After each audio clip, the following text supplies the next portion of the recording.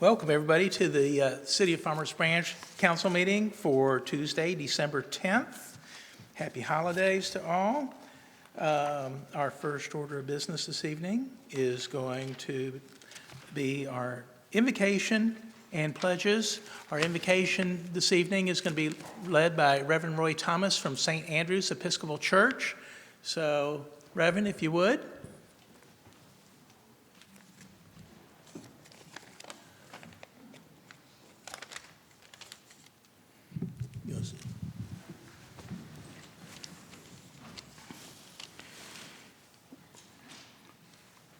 For to us a child is born, to us a son is given.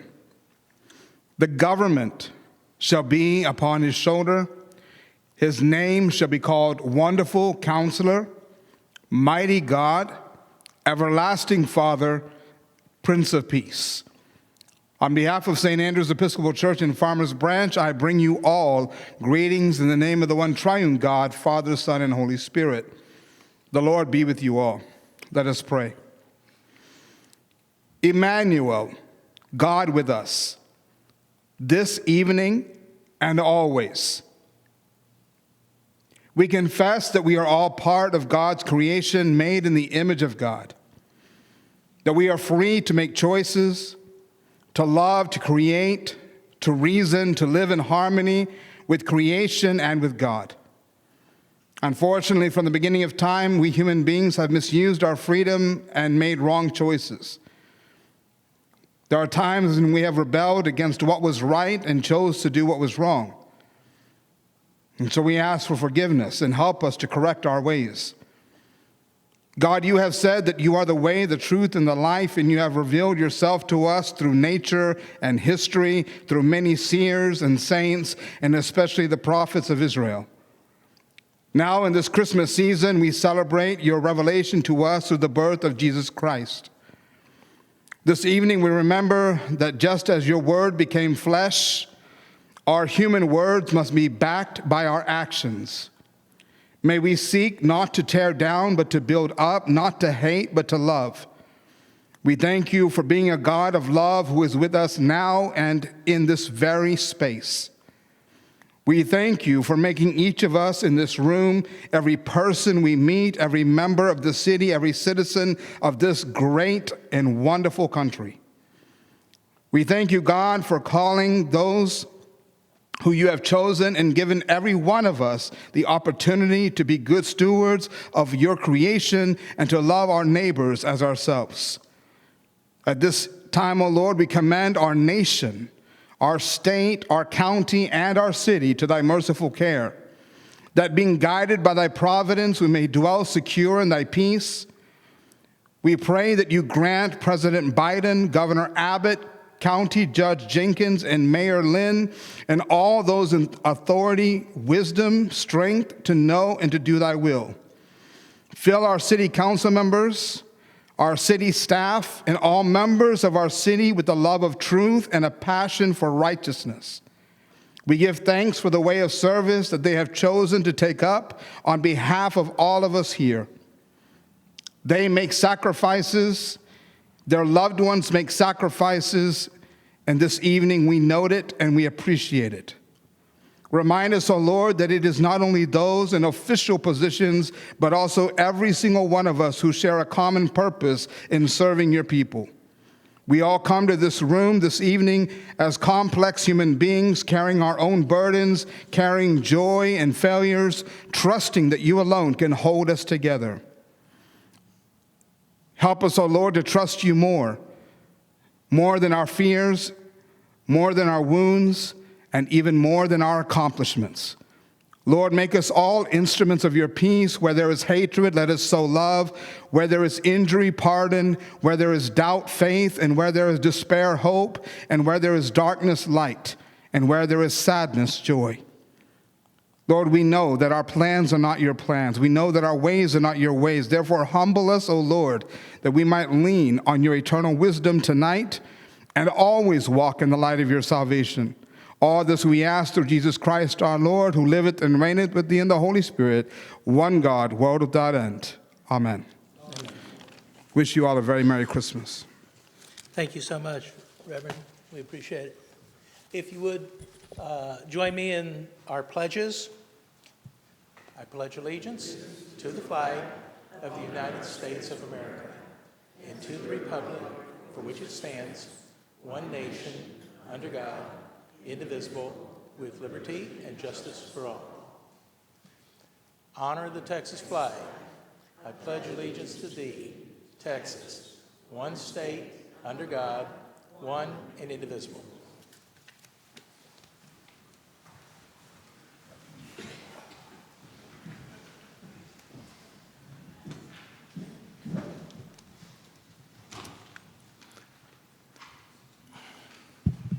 So this evening we have a number of ceremonial items, but the first of which is to conduct the oath of office and receive remarks from the newly elected District 2 City Councilwoman Tina Bennett Burton. Councilwoman?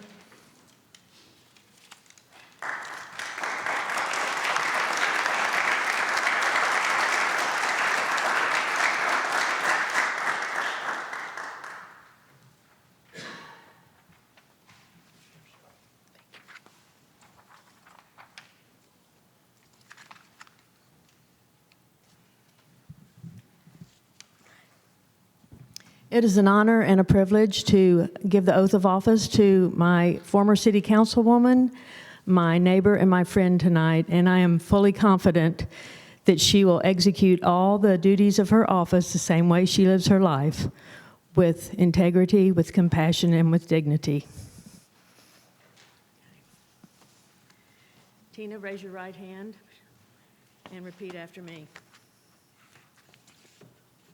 I, Tina Bennett Burton, I, Tina Bennett Burton, do solemnly swear do solemnly swear that I will faithfully execute the duties that I will faithfully execute the duties of the office of District 2 Councilwoman of the office of District 2 Councilwoman of the state of Texas, of the state of Texas, and will do the best of my ability and will do the best of my ability to preserve, protect, and defend to preserve, protect, and defend the Constitution and laws of the United States and of this state, the constitutions and the laws, and the laws of of the United States and the state. so help me God. So help me God.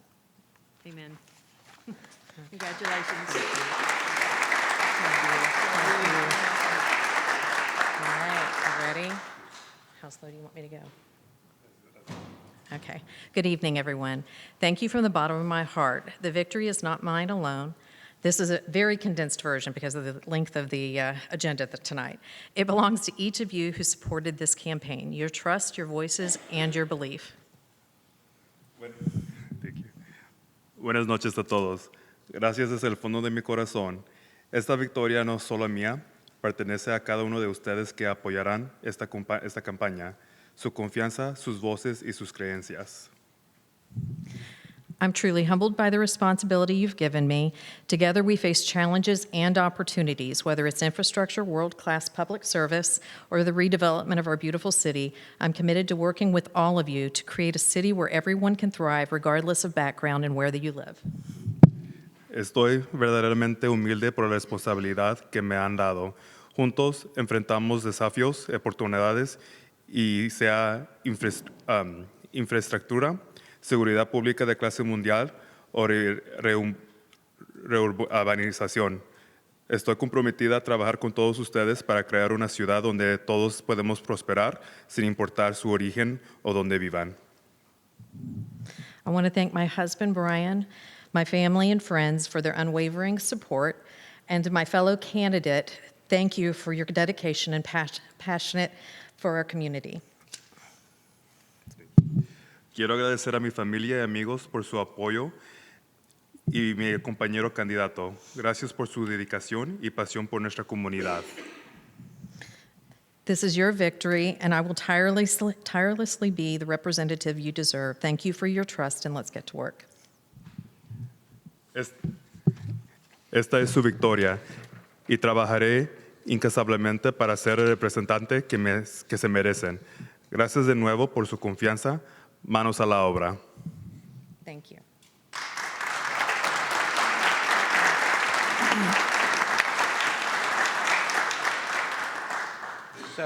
So I think you already have one of these, but as is customary, this is your city council pen. And we have your certificate of election here All right. also. We can see that. So congratulations, welcome back. I'm going to hug. Okay, want a picture? Want a picture?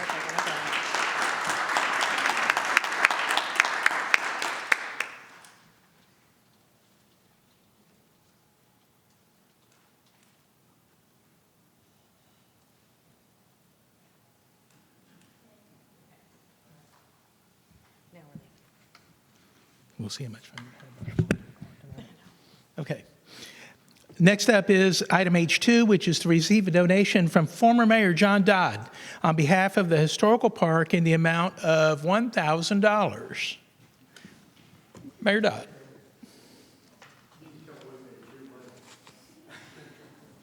I've got a few comments I'd like to make. Is that agreeable, Mayor? Absolutely. And the city manager Try to has, keep it to 20 to 30 minutes. you already told the city manager to tell me that. Okay, come here, Betty Ann. This is my wife, Betty Ann Dodd, and her initials are Betty Ann Arnold. But Betty Ann Dodd, it's not that bad. Okay. Honorable Mayor, honorable city council members, and city staff, and volunteers of boards, and chairperson of the Friends of Farmers Branch Historical Park. Youth influence in Farmers Branch in the park. Example, the zoning ordinance that became the model for the state of zoning distance for X-rated theaters. Youth influence. Dangerous dog ordinance that became the model for the state. Youth leadership were involved. Library oversight policy became the model for libraries throughout the state. Sister City Exchange. But more so than ever, the city council and the mayor at that time had a program where the youth would come forward. The president of R.L. Turner, Newman Smith, and W.T. White High School, and other leaders that they were able to shadow our council members and so forth. The city, one of the other programs that they became known for was the Latchkey Child Program. Now I'm going to read you a letter that was written to the president of R.L. Turner, W.T. White, and Newman Smith. The bicentennial year, March 13th, 1986. Dear David, I have received some good news about your efforts to help provide a shelter for runaway teenagers. You and your fellow student body presidents are to be commended for involving the entire community, from elected officials to parents to church groups, in projects to aid young people. I understand that your program also included fingerprinting children without charge as part of our national commitment to address the problem of missing children.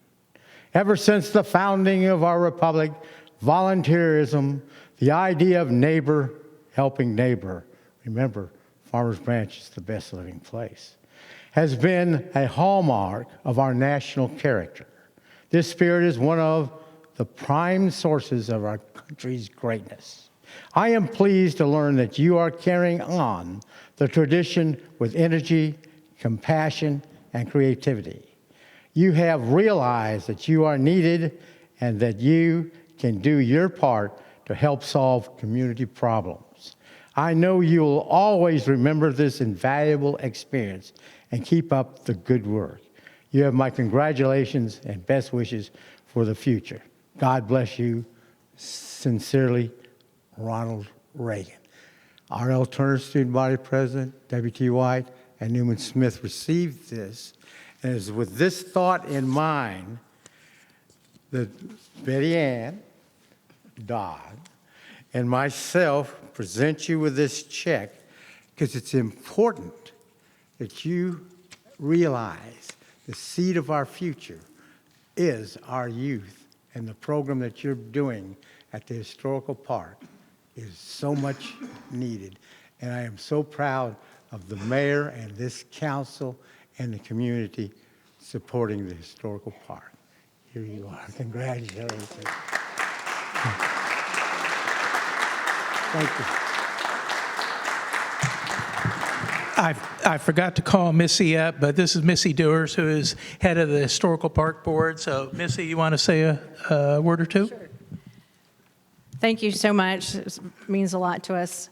This money will be used to help fund scholarships for children that can't afford to come to our summer camps at the Historical Park. So it gives everybody a chance in our community to experience what we have to offer at the park.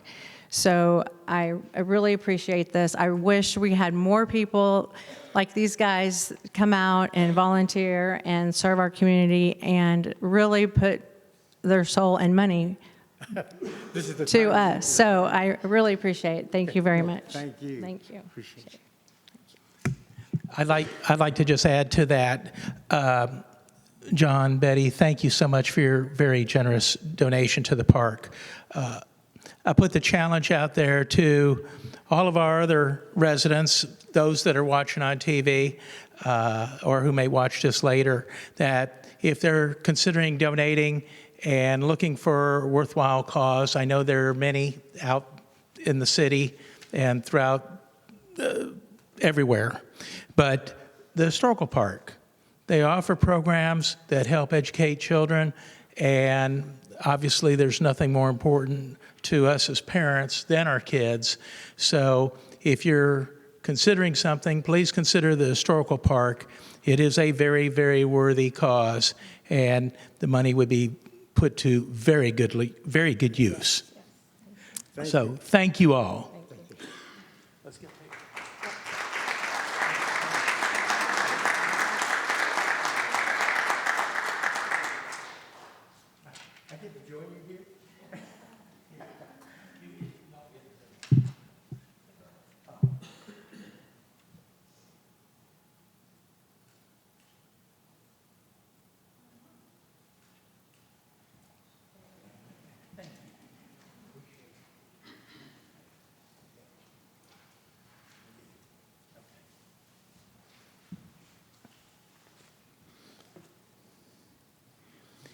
Next up is item H3, is a recognition of our Employee of the Month for November.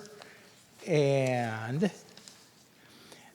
that is Brian Torres. And Brian, come on down.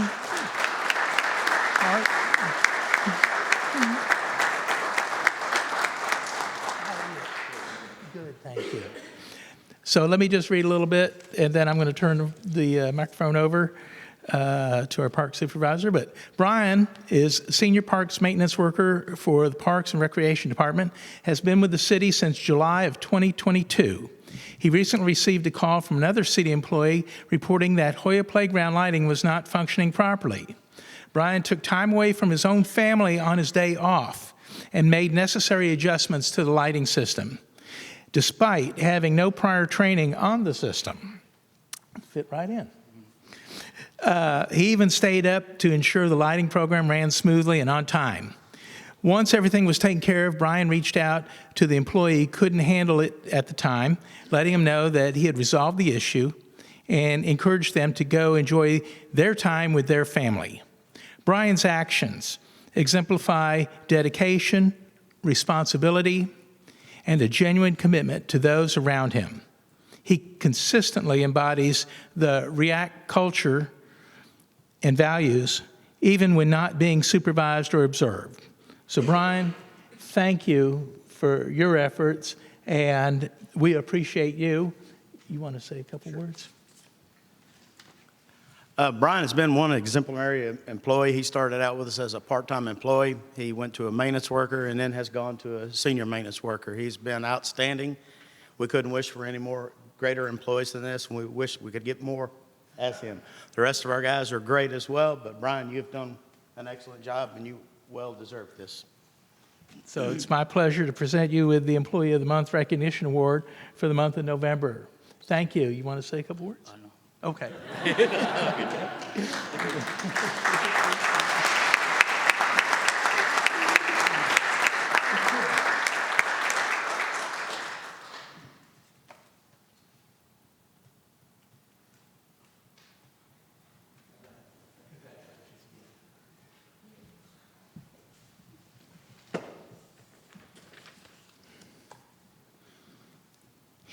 Next up is our presentation of the 2024 Achievement of Excellence in Fire Prevention Gold Award to the Fire Department. So I'm going to invite Chief Tim DeDeer to come up. Thank you, Mayor, Council, City Manager Williamson. I'm Tim DeDeer, Assistant Chief of Prevention for the Fire Department. And I have two distinct members here with us this evening to recognize the Farmers Branch Fire Department on the excellence in fire prevention. I'd like to introduce Kelly Kistner. He's the Assistant Chief with the Frisco Fire Department and also our Vice President for the Texas Fire Marshals Association. Also have Awards Committee member Deputy Fire Marshal Gary Cochran with the Denton County Fire Marshal's Office to present the Excellence in Fire Prevention Award to the City of Farmers Branch. I'll turn it over to Kelly and Gary.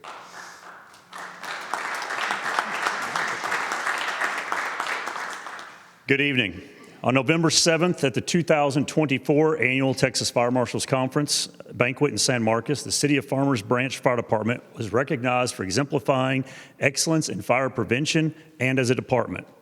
The Achievement of Excellence in Fire Prevention Award is an annual award to recognize organizations for performance excellence in fire prevention. Established in 2008, the award is administered by the Texas Fire Marshals Association, which is also the official state chapter of the International Fire Marshals Association. Only 23 cities, counties, and universities have been honored to receive this award since 2008. That speaks volumes. To successfully receive the award, the applicant must obtain a total of at least 130 points for bronze level, 155 points for silver, 180 for gold, and that's out of a possible 210 points.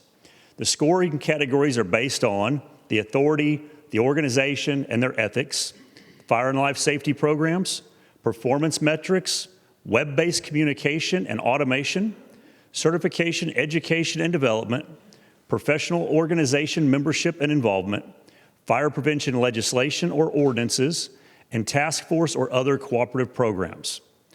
Texas Fire Marshals Association President Omar Garza states, on behalf of the Texas Fire Marshals Association, I'd like to congratulate you on receiving this Excellence Award for your community.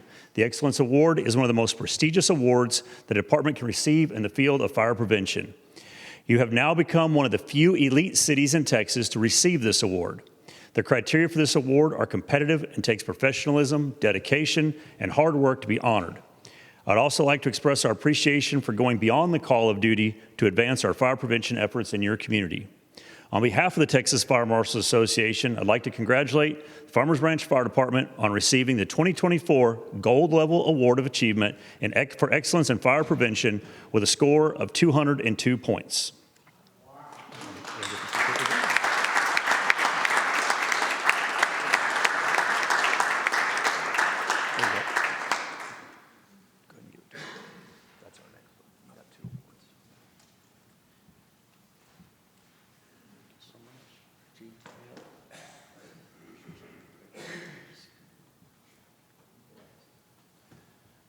That's not it for the night.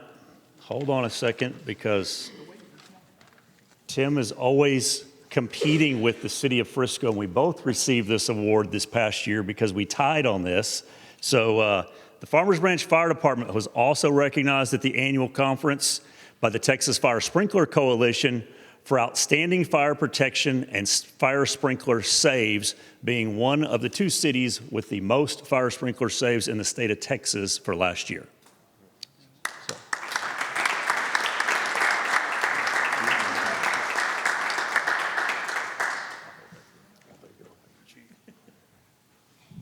Mayor, Council, I'd like to just tell y'all thank you so very much, as I get to say that often up here, for the awards that our fire department receives. But we cannot do this without y'all's support, and we really appreciate it. We appreciate the community's support in our public safety and our fire department.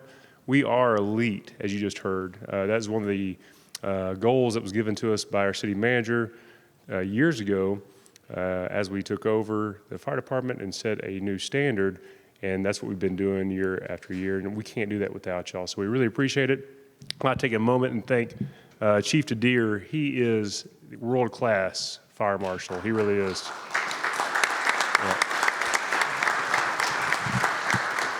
He's been here with our city for going over 30 years, and I have been blessed to have him right beside me, helping me along the way, especially as a fire chief these last 3+ years. Got me through this, and so just thank him and his division. They are top notch, and just thank you for Chief Kistner and Chief Harkin for coming and spending their evening with us tonight. So thank you all very much.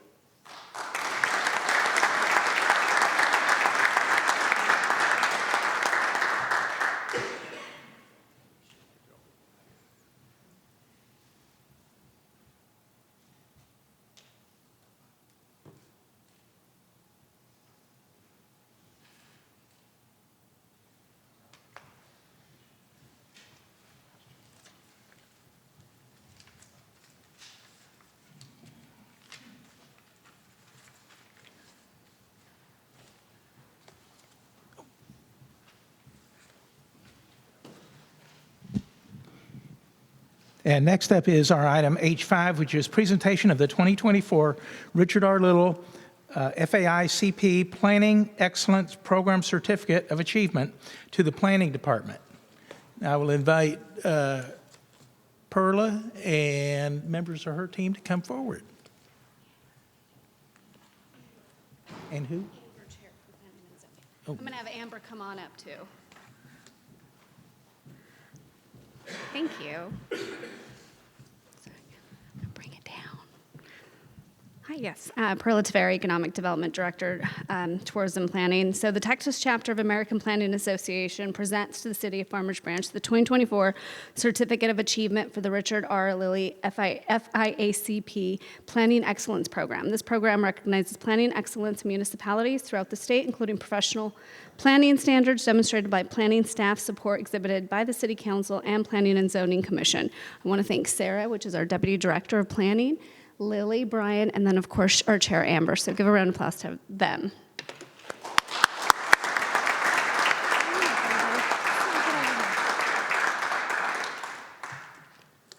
Thank you. Yeah, that's it. We got to take a picture.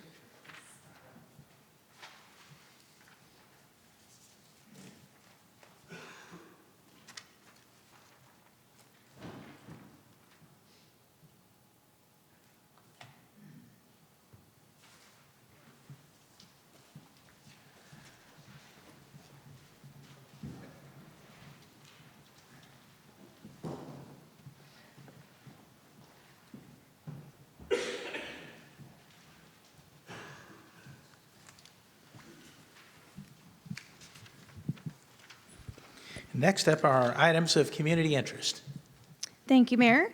So I have one little announcement before I get started. I have some great news for some sad news for others. But the great news and the sad news is that our Pancakes and Pajamas Polar Express event is completely sold out. So that is fantastic news for everybody that got a ticket to the Polar Express. We can't wait to see you on Saturday. But don't fret if you didn't get a ticket. Come join the Farmers Branch Police Department and Fire Department on Saturday, December 14th from 9 to 11 a.m. at Black Agave at the Mercer Crossing Boardwalk for some coffee with cops and our firefighters. Enjoy a breakfast buffet, sip on coffee, and get to know the brave men and women that keep Farmers Branch safe. So just some holiday closures. Our facilities will be hours will be modified in observance of the upcoming Christmas and New Year's holidays. All facilities will be closed on Tuesday, December 24th for Christmas Eve and Wednesday, December 25th for Christmas. That next week, on Tuesday, December 31st, City Hall and the Animal Adoption Center will be open, while the Recreation Center, the Branch Connection, Aquatic Center, Historical Park, and Mansky Library will operate until 5 p.m. On Wednesday, January 1st, on New Year's Day, all city facilities will be closed. And then the City of Farmers Branch wishes you and your loved ones a very happy and safe holiday season. Do you want to know what projects are going on in Farmers Branch? What about what's going on with the Branch Connection? How far is that project going along? The Denton Drive infrastructure project. Well, you can check all that out on our city project dashboard as you stay up to date on the status of these projects around the city. You can visit this, visit the city website or scan the QR code on the screen to look at that dashboard. And then, as always, you can sign up for the city e-news at farmersbranchtx.gov or by scanning the code above. Back to you, Mayor. Very good. Thank you so much. Next up are our citizen comments, and I do have two folks that have signed up to speak this evening. If anybody else would like to sign up to speak, there's a sign-up form in the back of the room. You need to do so really quick.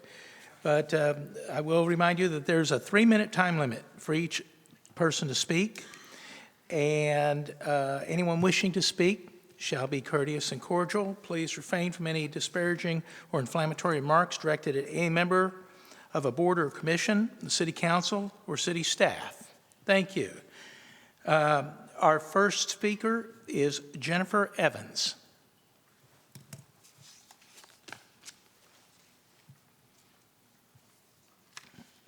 Good evening, Jennifer Evans, 3047 Randy Lane. I have a few things to inquire about from the citizens' comments.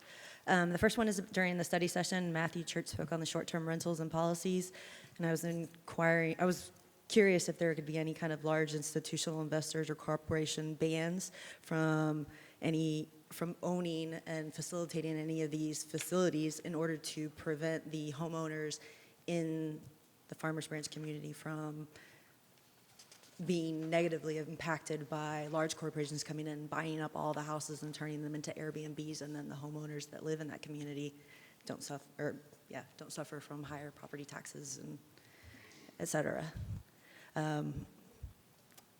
Speaking about affordability of homes, I was curious if in the future the council can provide a status update on the Builders of Hope communities, how many houses have been started, how many have been completed, any kind of ETA is on them. I think there were like 30 or something homes or 30 or something properties that were leveled and were slated for that project, and I just haven't heard anything, and I was curious. In addition to some of the discussions about businesses from earlier, Midway Urban Village over in the east side of Farmers Branch, it was pointed out to me that the customers of the retail spaces within the community are required to register their vehicles to park outside of their stores in spaces which appear to be designated for the businesses, not the residential. A couple of businesses in that area have informed me that they have struck deals with Luby's ownership to allow the use of free unregistered parking to their businesses, which is about 120 or 250 feet away from two of the businesses respectively. Seems kind of silly that if we're going to allow businesses to develop a mixed-use facility, that they don't have any kind of designated parking for those businesses to encourage people to come to those businesses. Obviously, they need to provide parking facilities for the residents as well. Speaking of those two businesses, I wanted to let the council, or wanted to make the council aware of one of the businesses is owned by a Miss Nia Taylor Clark.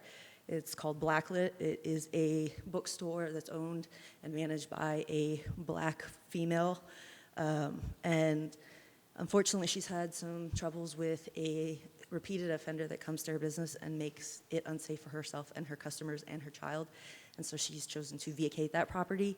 I know that there have been times when the cops and stuff have been called. I have reached out to her, even though she's leaving her business, and another of the businesses is still there and owned by another woman, and given them resources that the city provides regarding citizens. Thank you. Thank you.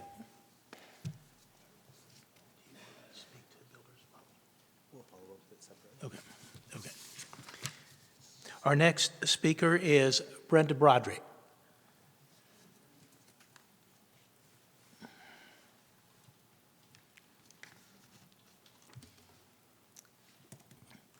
My name is Brenda Broderick, 13531 Rawhide Parkway. Honorable Mayor and Council, I am going to be talking about events and displays. Thank you, first of all, for the Merry Christmas display. Appreciate that very much. Second, please ask the city manager to tell the staff no skeletons in the city hall. Third, July 4th, way ahead, I would love to see the entertainment being only patriotic music. It can be different genres, jazz or classical or whatever, just not the headbanging music, patriotic music, so we can enjoy our time there. But the most important one is the Multicultural Committee that I want to speak about and address tonight. I just want to reiterate some things that were said at the last City Council meeting. This ordinance would indicate specifically the scope of their focus. We should add the responsibility of having them audit our events to determine how we should focus in on events moving forward. They should give us feedback on what events we should have moving forward. Maybe the same ones, maybe keep some, add some more, maybe get rid of some. It's important that we give residents an opportunity to have a voice in the events that are of great interest to them. My question is, what are the events that are of great interest to them? And what are the events that we're not offering them? And what is it that they want that we're not providing?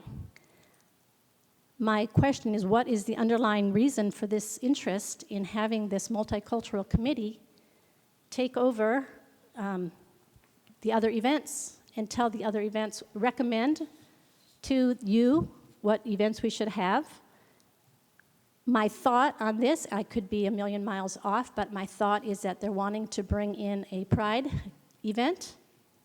I don't know if that's the case, but that might be underlying the reason why they want to have this important recommendation to the council of what they want. What is this diverse community wanting that we aren't providing for them? And if it is a pride event, we definitely do not want that. We want to, if this is in any way heading in that direction, we want to kill that snake right away in its infancy before it ever goes anywhere. So my recommendation is against giving this multicultural committee the responsibility of auditing our events or giving feedback or recommendations on our events. This needs to stop here and now. It is not, especially if they're heading in that direction. Pride, as we know, is not favorable in God's eyes. It is brought down. The homosexual agenda is contrary to God's ways. God bless you. Thank you. Thank you. That is all of our speakers for citizen comment for this evening. Next up is our consent agenda. Council, if somebody would like to make a motion on that. We have a request from staff on K6. Wait a minute, what? K6, you have a request from staff, so because we have. Oh, I'm sorry. I'm sorry. My mistake. I looked right at it and passed over it. Item K6 on the consent agenda is going to move to the regular agenda, and that will become item M4. My mistake. So K6 on consent becomes M4.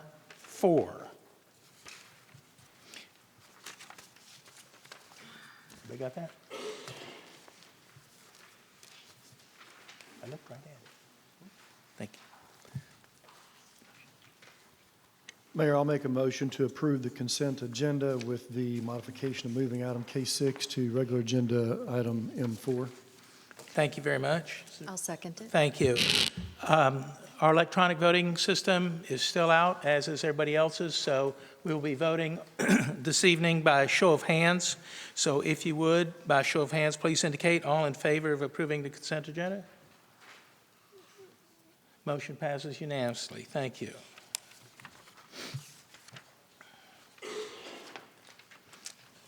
Next up is our public hearing, item L1. Conduct a public hearing and consider approving Resolution 2024-233 for a detailed site plan with special exceptions related to signage for the property located at 1501 and 1505 LBJ Freeway within Plan Development District Number 78, and take appropriate action. Thank you, Mayor and Council. Sarah Bergman, Deputy Director of Planning. This property is located along LBJ Freeway, just west of Luna Road, and it is developed with 2 7-story office buildings known as Park West. The PD 78 zoning here limits the total number of signs that can be on each site to a maximum of 2, and the applicant is wanting to install a 3rd sign on each building, which requires a special exception to PD 78. So here you can see the existing and proposed buildings. Again, it would be 3 per building, limited to that top band of the building and individual channel letters. There are no other changes to the site proposed, and this new signage would face away from surrounding residential development and towards the LBJ Freeway. No correspondence has been received related to this request, and the Planning and Zoning Commission did unanimously recommend approval. So with that, I would be happy to answer any questions, and the applicant is here as well. Thank you very much. Council, questions, comments? Seeing none. Okay. This is a public hearing. I do not have anybody signed up to speak for it, so we'll entertain a motion to close the public hearing and then take action on the item. Mayor, I'll make a motion to close the public hearing and to approve Resolution 2024-233 as presented. Second. Thank you. We have a motion and a second. If you would, by show of hands, all in favor of the motion? Thank you. Motion passes unanimously. And South College, who's here from South College? Well, not from South College. We represent the ownership of the. Okay. Well, I met with them yesterday. Anyway, thank you. Thank you. Tell them we welcome them to the city. They should be a great tenant, and hopefully many more quality tenants will be coming. So, Absolutely. thank you very much. You bet. Next up is item M1. Consider approving Resolution 2024-236, authorizing the city manager to accept the transfer of the maintenance of 3 medians in the Oakbrook subdivision to the city from the Oakbrook Community Services Association, Incorporated, for a specified one-time payment of $23,360 and take appropriate action. Good evening, Mayor and Council. Robert Diaz, Parks and Rec Director. We're bringing forth to you all to look at the resolution for the Oakbrook median update. Just to give a little background information, again, this is the area on Oakbrook from Webb Chapel to Gatwick Place. Medians are located in the Oakbrook subdivision. These have been maintained by the Oakbrook HOA since the early 70s when the development was completed. City Council gave direction over the summer and through the budget process to look at taking control of those medians again from the HOA. And we've worked with the President, Sarah Strong, of the HOA President for Oakbrook, to craft a letter which is in your packet. And we will be, and basically it's just describes the medians themselves, the location of them, and kind of the transfer from the HOA to the city. This is the location of those medians. Again, we've had the transition timeline basically since the fall started, and I've had a conversation with Ms. Strong. As soon as if this resolution is approved this evening, we'll take steps to start that transition probably in January. And again, this is just a portion of the letter that's in your packet that basically gives the historical piece of this information. And I'll answer any questions. Thank you. Council, any questions? Councilman? I just Neal. have a question for legal. I'd just like to make sure that legal has had a chance to review any legal documents or et cetera to make sure that this is all kosher. Yes, we have. I actually have worked with him. I looked over both the letter, the resolution, and yes, we approve this. Thank you. That's all I have. Ready? Okay. This item is marked for action. With that, Mayor, I move to approve and accept Resolution R 2024-236 as presented. I second. We have motion and a second. If you would, by show of hands, please indicate your vote. All in favor? 4. All opposed? 1 opposed. Motion passes.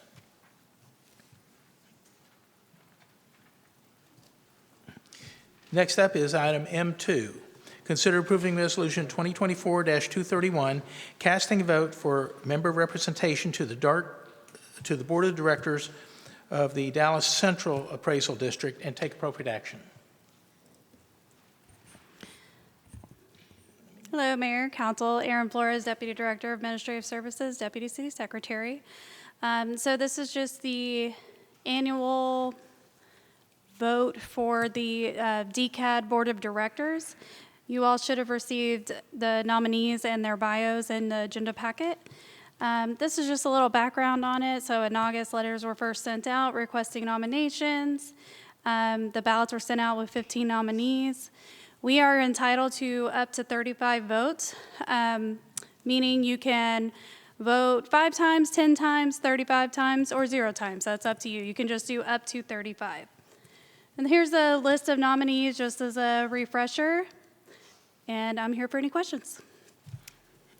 So this is something I had submitted last year, and they had a different voting process last year. It was slightly different, yes. It was slightly different. Yeah, and so this year, based on cities having multiple votes, Yes. and so that it is quite a bit different. And I don't know if anybody's had any discussion with any of the candidates here that are on this list. I will just say I have had conversation with Clyde Hairston, who's the mayor of Lancaster, and I think that he would make an excellent representative for us on this board, but this is council's decision. So council, it's your time to discuss before we agree on a particular candidate. I did a deep dive into each of them, LinkedIn, read their bios, kind of just really went all in, and the two that really came out for me were Brent Franks and David Palmer.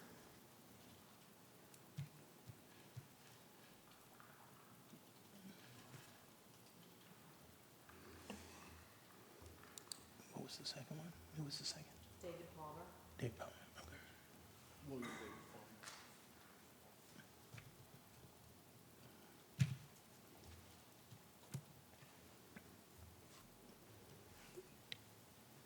Yes, sir.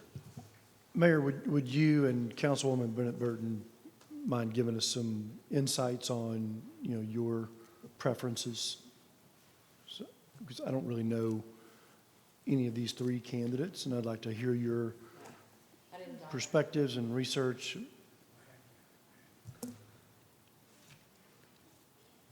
Councilwoman, you want to? Okay. I'll just say my discussion, I've been at a number of events with Mayor Hairston, and philosophically, I think we see things much the same way. I told him, I said, I'm happy to put my support to you, but obviously the council's going to have to do their homework and research on this. the board's an important board because the Central Appraisal District determines how our properties are going to be assessed and the process involved there. They don't themselves do the assessment, but they dictate how it's going to be handled. And so, excuse me, the reason I had gotten involved in the first place and wanted to put my name on last year was I think there's some fundamental issues myself with how the appraisal district goes about their job. I don't think what they have done in the past necessarily indicates where we are headed. Just maxing out property values, quote, because you can, end quote, is not fair and equitable to folks in Dallas County. And I realized that I couldn't change the system if I'm not part of it. I think I had support of 4 cities at the time out of 39. I mean, it's the folks that have been there and been on this board, been there for quite a while. So it is hard to get a seat on the board, but I had originally thought, okay, I'll try again, I'll be persistent, but my plate is full. Serving as your mayor, my plate is full. So I came to that realization and decided, okay, who would I support?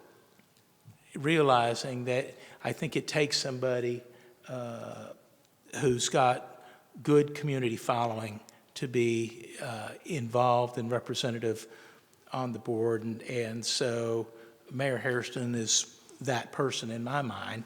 I am not minimizing anybody else here. And I don't know all of these people. So I'm just giving you my opinion on what I did. I know none of these people, and not all the phone numbers were listed to be able to contact them. So in all fairness, I just started reading the bios and going to the LinkedIns to see where their credentials really laid. And that's really how I came to, and I couldn't find, by the way, Clyde Hairston on LinkedIn. But Brett Franks is the mayor pro tem in Saxe, City Council, Place 1, and he's been doing this since 2012. And then William David Palmer, if I'm not mistaken, was an attorney out of Irving that has served in Irving for quite some time in different capacities and had quite the CV for it. So, and that's how I did it. I just went to everybody's bio, went to everybody's LinkedIn, and just started diving into it. I also think that Mr. Palmer's either was or currently is council member in Irving. So I had a similar but slightly different 3 persons that I was considering. He was one of them, Mr. Palmer, being an Irving City Council member, close to our community, as the others. I also seem to like the bio of Mr. Dan Masici, who's also an attorney and was given the DFW Best Tax Attorney Award. I forget which year it was, recently, 2020, I guess it was.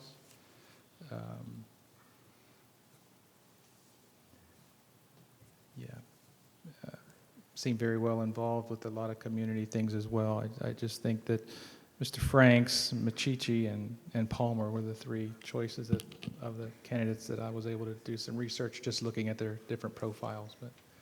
And Mr. Palmer is adept at restructuring companies, and I think that Mr. Palmer is adept at restructuring companies, and I think that that would serve us well in this scenario.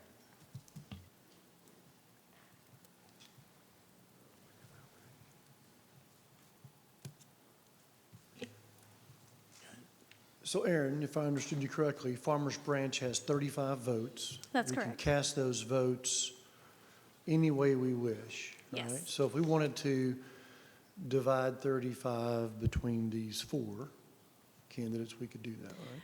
I don't think that's even, but yes. It's not even. Somebody's going to get one vote more than somebody else, but, Yes, you can do that. okay, all right. I mean, I would consider coming close to a division of those four, trusting that we've done research enough to make those recommendations. Do you think that that would hinder our ability to get one of them at least elected to the board if we divided those votes up? I'm going to tell you, I don't think 35 votes in the grand scheme of things is going to matter a whole lot, because there are cities that they're in the hundreds. Yes, Of we're votes. relatively low. We are a small city when it comes to this. You may know better, but there are some cities that have hundreds of votes. And so just, even if you put all 35 to one candidate, I don't know if that would make enough of a difference. So I'd almost recommend that we do show that we're supporting a number of candidates instead of just focusing on one. But that's you all's decision.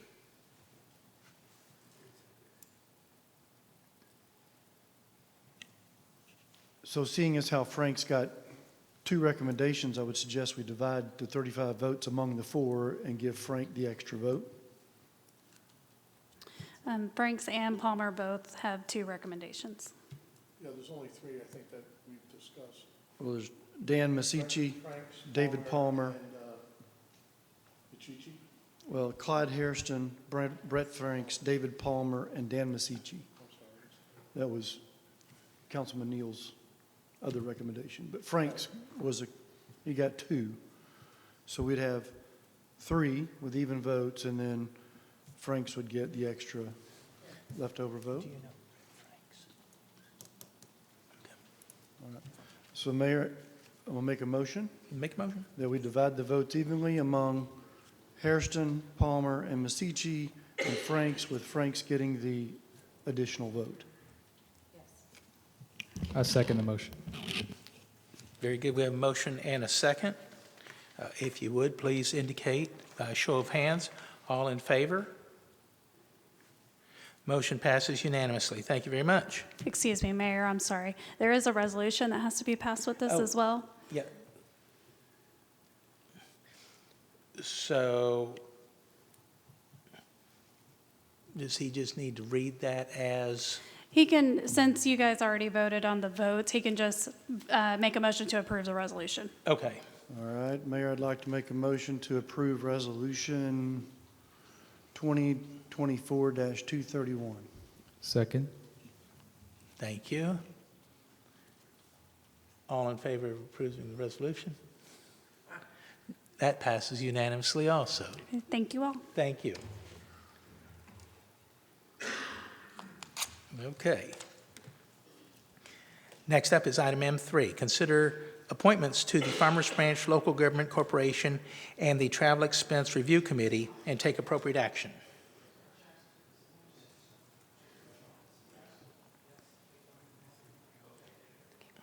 Oh, is this it? Okay. Mayor and Council, Aaron Flores, Deputy Director of Administrative Services, Deputy State Secretary again. So we have 2 separate things that we need to make some appointments to. So we'll start with the Farmers Branch Local Government Corporation. Currently, you can see on the left-hand side there, these are our current members that are on the board. So we're needing a city staff member and a city council member to fill those 2 expired terms. And the requirements are you have to be a resident of Farmers Branch and you must be a registered voter. And we'll start with that one and then we'll move on. City staff is, we do have a staff member that is a resident that we feel would be good for this position, and that's City Manager Ben Williamson. Okay. So regarding the local government corporation, we are looking for nominations of 2 individuals to serve on that. I would like to nominate Councilman Reed, since he's a real estate agent and knows what's going on real estate-wise.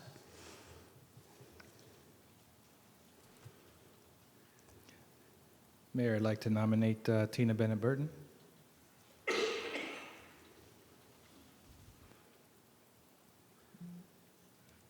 Any other nominations?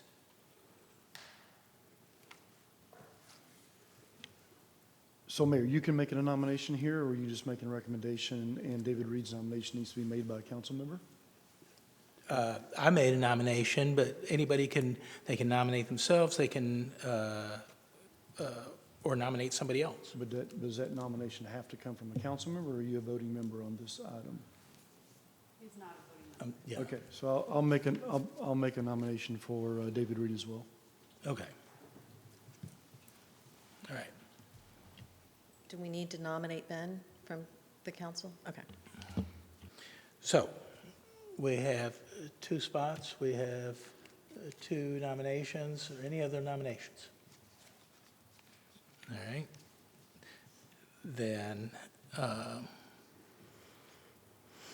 we'll entertain a motion. Mayor, I'll make a motion for David Reed and Councilwoman Bennett Burton for the local government corporation. Very good. I'm sorry, Mayor, just a moment. I've got to read the text here. Well, Yes. for the council member, we need 1. Oh, Yes, and then 1 council member, 1 staff member. Oh, sorry, I okay. misunderstood. Okay.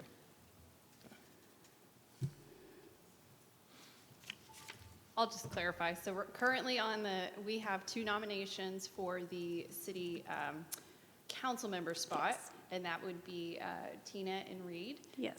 And then we do not currently have a nomination for Ben Williamson other than staff recommendation. Right. Sorry. I'd like to recommend City Manager Ben Williams for the city staff member. Okay. Okay. Okay. So we do need to decide then between Councilman Reed, Councilwoman Bennett, who would fill that spot. So, show of hands. We need a vote. Somebody needs to make a motion. Okay. Mayor, I move to accept Tina Bennett Burton as a council member representative to the local government corporation of Farmers Branch. Second. We have a motion and a second. Show of hands. All in favor of the motion?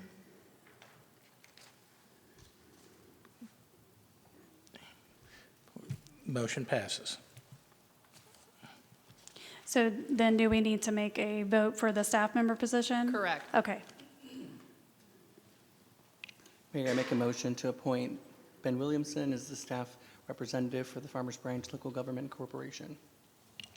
I'll second. We have a motion and a second. Show of hands. All in favor? Motion passes unanimously. Okay, so that takes care of that one. And then we also need a council member for the Travel Expense Review Committee. Currently, Mayor Pro Tem Roman and Deputy Mayor Pro Tem Jackson are the members on there, so we just need another council representative.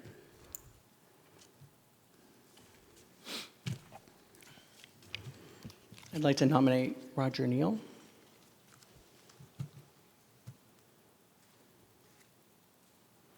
I'll second that. We have a motion and a second. All in favor of the motion? Show of hands. Motion passes unanimously. Perfect. Thank you so much.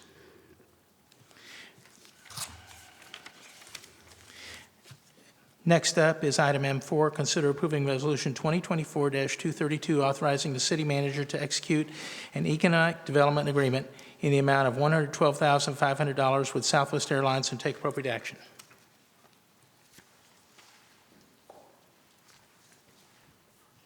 Sorry, Perla Tavera, Director of Economic Development, Tourism, and Planning. We're going to pull up so we can kind of go over the items. There's 3 items that I wanted to bring up to the attention that we're going to need to redline. I apologize for this. Can I control it? Perfect, thank you. So one of the first redlined items is we're removing the total amount of the 20,000 because that would limit Southwest to only 20,000 rooms, and we don't want to limit them. I want more rooms for hotel motel taxes. So that's one of the items we wanted to remove. Another item that we wanted to correct is the term of payment.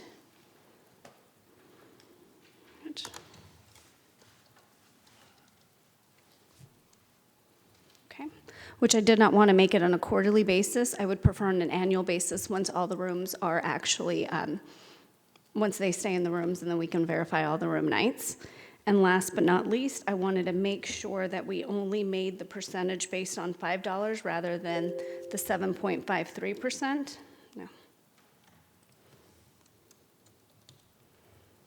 Which is right here, because the 71.43% was 5 divided by 7. So if we can just simplify it, say $5 reimbursement based on the $7, which is a 7% tax. So those were the 3 items on the amendment on this contract for Southwest. Perla, would you please remind the council why we pulled this off consent agenda since we received the request after the fact? I just want to make sure council's aware why staff asked for this to be pulled off consent.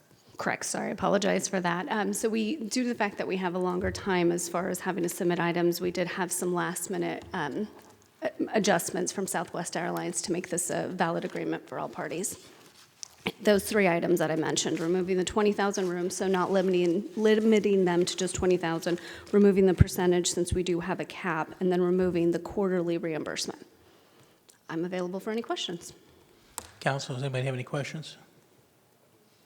Yes, Councilman. Okay, so I want to make sure I understood these changes because we kind of went through those quickly. Oh, sure, sorry. All right, so we removed the limit. We removed the limit of 20,000, correct. Okay, and then we changed it from a quarterly payment to an annual payment. Correct, that's going to help me with budget. Okay, and then the last change, go through that one again. The last change, so the way that it was written was 5 divided by 7, which is $5 per room night, divided by the 7 we received, which is a calculated 71.43. But to simplify it, since we capped them, that calculation wouldn't make sense anymore. So we're just saying $5 per room reimbursement. Okay, so it's a simple $5 per room. Correct. Night Ignore the calculation of the percentage, yes. Okay, all right. Thank you. Any other questions? Yes, sir. Has this already been discussed with Southwest and agreed to? Or? Those were some of the terms that were changed. And city attorneys reviewed this. We're all good. Extensively. Very nice. Thanks. So before I make a motion, Mayor, I'd like to say, great work. This is the tourism team. Through relationships in our tourism department to attract Southwest to the hotel rooms in our city. I know that they've stayed other places over the years, going back, I'm familiar with, to the mid-90s. They were not in Farmers Branch back then.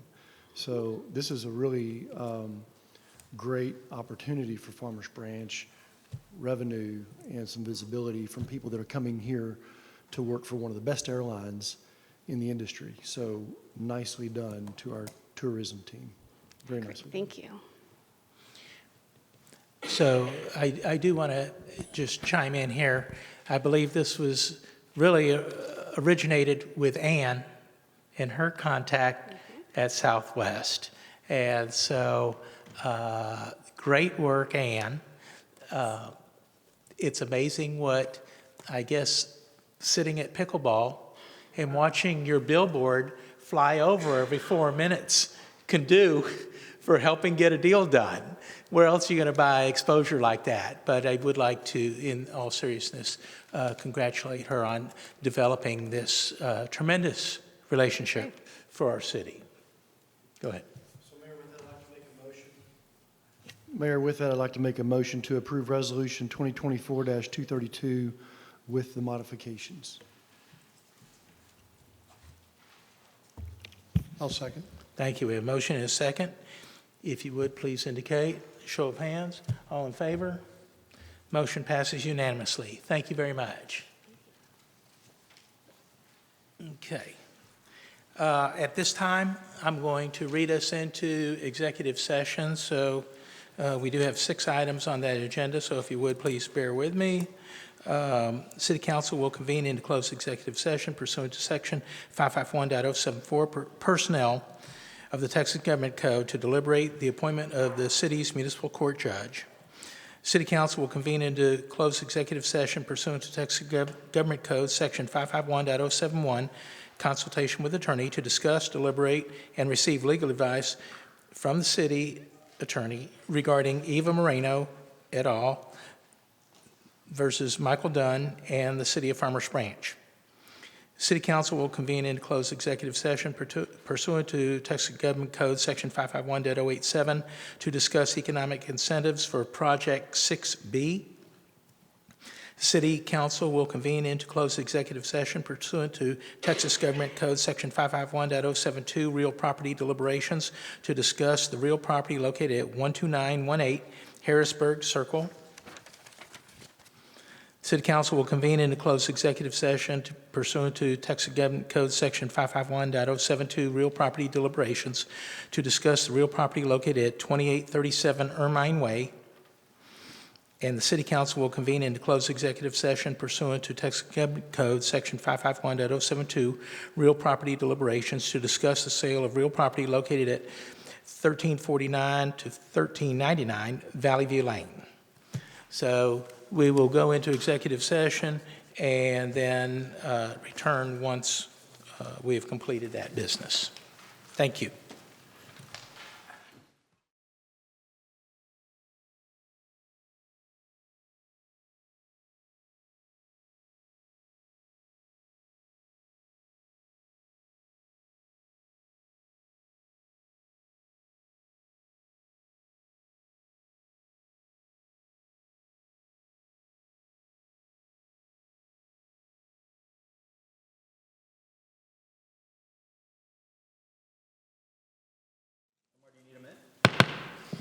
Welcome back, everybody. Thank you so much. Our next item of business will be item C9, which is discuss an amendment to the Code of Ordinances related to parking regulations.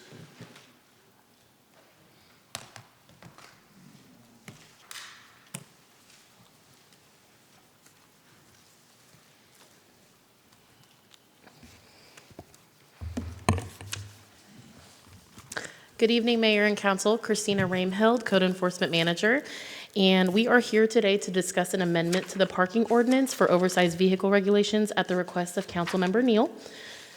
And we will go ahead and get started. So the ordinance objectives are to regulate oversized and commercial vehicles in residentially zoned districts, enforce similarly to our peer municipalities, reduce overcrowding of vehicles in residential streets, improve the livability of the residents in the neighborhood, and reduction of weight on residential streets will reduce the damage to streets and potential future projects to them. Just some brief history. So the oversized vehicle ordinance did come into play in the form of Ordinance 2325 back in 1997. At that time, it was provided that RVs must be stored in the rear of the property on an improved surface and be completely screened from view. Special vehicles were defined as motorhomes, campers, large trailers, or RVs. Currently owned special vehicles not able to be stored in the rear were grandfathered for 5 years.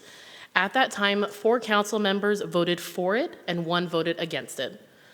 And then in July of 1998, Ordinance 2403 amended Ordinance 2325 to remove the screening requirement if special exception was granted by staff. 30 residents commented against, and then 1 for the ordinance, which passed. At that time, 3 council members voted for it and 2 against. A special council meeting was called in July of 1998, and it was called to discuss both 2325 and 2403. Staff determined that approximately 250 special vehicles existed at that time. There was extensive discussion. Concern was expressed about senior hardship related to special vehicles, but no action was taken at that time. Ordinance 2420 amended the prior ordinances allowing RVs that cannot fit on the side or rear of the property to stay in front as long as the resident owns the vehicle. Length limitations were removed. 13 residents spoke against the ordinance, which passed. 4 council members voted for it and 1 against it. And then the final ordinance, 2427, in October of 1998, amended prior ordinances, eliminated grandfathering provision, which legal counsel advised was not legal as it discriminated against new residents. The ordinance passed. 4 council members voted for and 1 against. So at this time, we currently do not have any ordinances that regulate the parking of oversized vehicles in a residentially zoned district. What we are proposing at this time, we have placed in the ordinance a definition for vehicle as well as oversized vehicle. And the requirements that we are wanting to put into place is no parking or storing of a vehicle in excess of 9 feet in width or 30 feet in length, no standing, stopping, parking of an oversized vehicle in a residential district, and no parking, storing vehicle in rear or side yard unless concealed from the right-of-way by a permitted wall or fence, vegetation, or combination of above. So a few of the cities that we looked, some of our benchmark cities that we looked at Addison, which prohibits overnight parking of vehicles designed for commercial use within residential areas. Examples, RV, box truck, tow truck, dump truck, trailers, no more than 25 feet in length, 8 feet in width, 10 feet in height. Carrollton prohibits a vehicle in excess of 8.5 feet in width or 40 feet in length, and that includes RVs, trailers, boats, and residentially zoned districts. They can be parked in the side yard or rear yard if it is concealed from the public right-of-way by fence, vegetation, or combination. Colleyville prohibits 1.5 tons or larger in a residential area.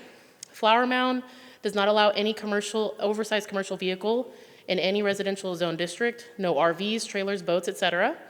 In excess of 8.5 feet in width or 14 feet in height or 36 feet in length shall be stored or parked in any residential district. Garland has the same.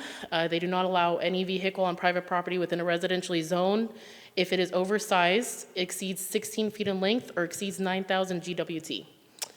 Irving does not allow any oversized vehicles in a residential district if it's in excess of 1.5 tons.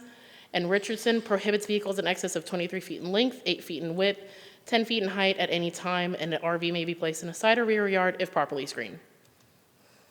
And now I will open it up for discussion and direction. Thank you. Thank you very much for this. This has been a topic of discussion for many years, and so I know, I'm sure council wants to weigh on this. I'm just going to say, just a discussion tonight. We're not taking any action. This is a topic that I will be bringing up at the upcoming town hall that I have, because I think we need to allow public opportunity for folks to weigh in pro or con on the next step. But I know this was requested by Councilman Neal, so I'll start down at my right. Thank you, Mayor. Thanks for the presentation. I'd like to ask how you derive the 30 feet length as the maximum. So the way that I derive that, I looked at our benchmark cities. I looked at several of them. I did include some of them in the research. And the way that I pulled the 30-foot length is I kind of looked at what the other cities were implementing, and I kind of pulled from what I thought was best for the city of Farmers Branch, because some of the cities that had the smaller links were smaller, and then some of them that had the longer links were a bit larger cities. So I kind of pulled, and when I did the research, I based it on what I found was kind of a middle ground based off of the research that I found. And so what, I'm sorry, what was Flower Mound's size? Oh, sure, I can go back. Flower Mound was 36 feet in length. 36, okay. Yes. And Garland was 16. Mm-hmm. Richardson's 10, so that's a pretty wide range there, 10. So 36. Richardson is 23 feet in I'm length. sorry, 23, Mm-hmm. okay.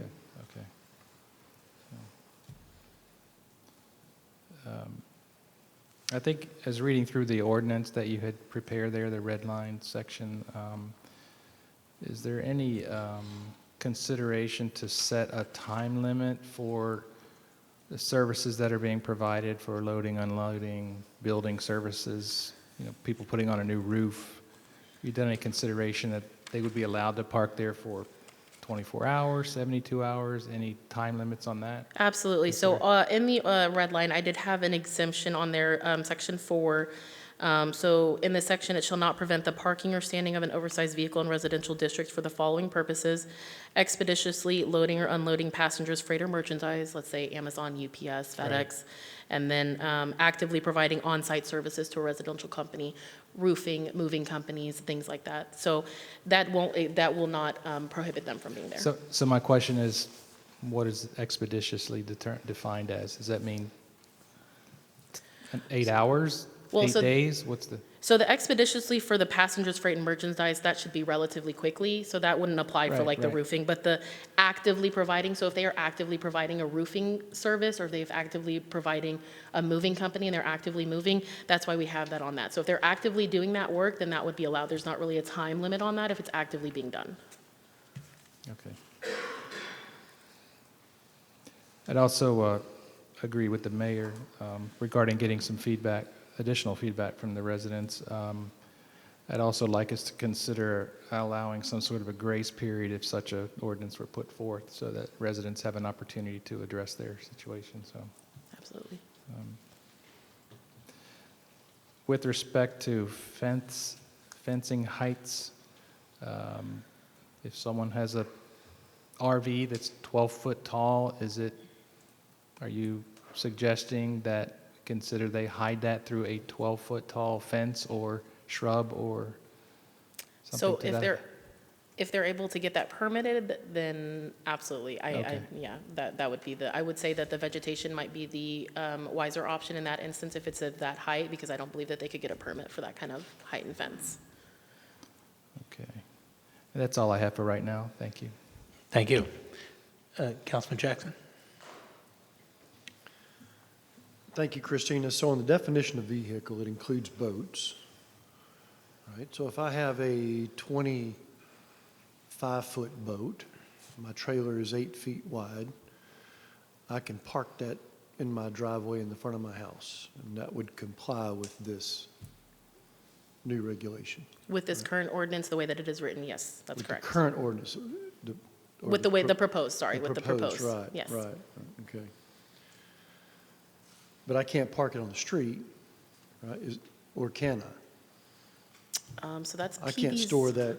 Is that a different ordinance? Can't store it in the street. Can't store Yeah. a boat? PD, I believe, has a 48-hour, Okay. yeah. All right, yeah, we currently have an ordinance, right, that keeps campers and boats and such off the street. But you can put it in your driveway. Right. Once it exceeds a 30-foot, 10,000 GVWR, then you have to put that in the backyard, hide it, or store it somewhere else, right? Yes. Okay. And maybe Councilman Neal was kind of going this direction, and I'm wondering, we have the lengths of 23 feet, 25 feet, 36, kind of all over the place. We landed at 30. That's a pretty good size camper, boat, box truck, I would suggest. I would think maybe we may want to go a little bit smaller. Right, and absolutely, that's definitely an option. I think the reason that originally, like when me and my supervisor were discussing it, we were trying to be, because this is going to be a big change for the residents. And so our original inclination was not to come out here very strict with it. Sure. Just to maybe see how that worked out with us with this new ordinance. Because, you know, I felt that maybe it might be if we did such a small length, then it would limit a lot of their items, like their trailers and things like that. Right. So if that's the direction that council would like to go, that's absolutely, like, we have the research to support it. Right, So. and the mayor mentioned this, other cities have done this, and there have been some grace period and some years of time when it was a very successful implementation at the end of that grace period, and so I would certainly suggest something like that, but I feel like we probably need to be a little bit more restrictive, you know, with the size and the requirements, because under 30 includes a lot of RVs and boats and trailers and that kind of thing. Okay. That's all for now, Mayor. Thank you. Councilman Roman? So, I mean, I think it's better to go in the more restrictive route. I'm just thinking about complaints that I hear from residents, you know, from code enforcement, right? Like, hey, you know, you cited me or you wrote me up for X and my neighbor has this. And so I think you're going to get a lot of that of people saying, well, you know, why can't I have my boat and my neighbor can? And, you know, there's a difference. I think we need to find a way to exclude more of them so that there's not that issue that you're going to have to come up against and explain why there's a few inches of difference that would permit somebody versus not permitting somebody else. And then I think some of the other concerns I had about making sure that people, if somebody was getting furniture delivered or doing work, weren't being prohibited from doing that. So that's it for me on that. Thank you. Councilwoman Bennett? I'm with them on this. What are the lengths of driveways? The lengths of driveways. Does anybody in here know the length of a normal driveway with our, Depends on your setback.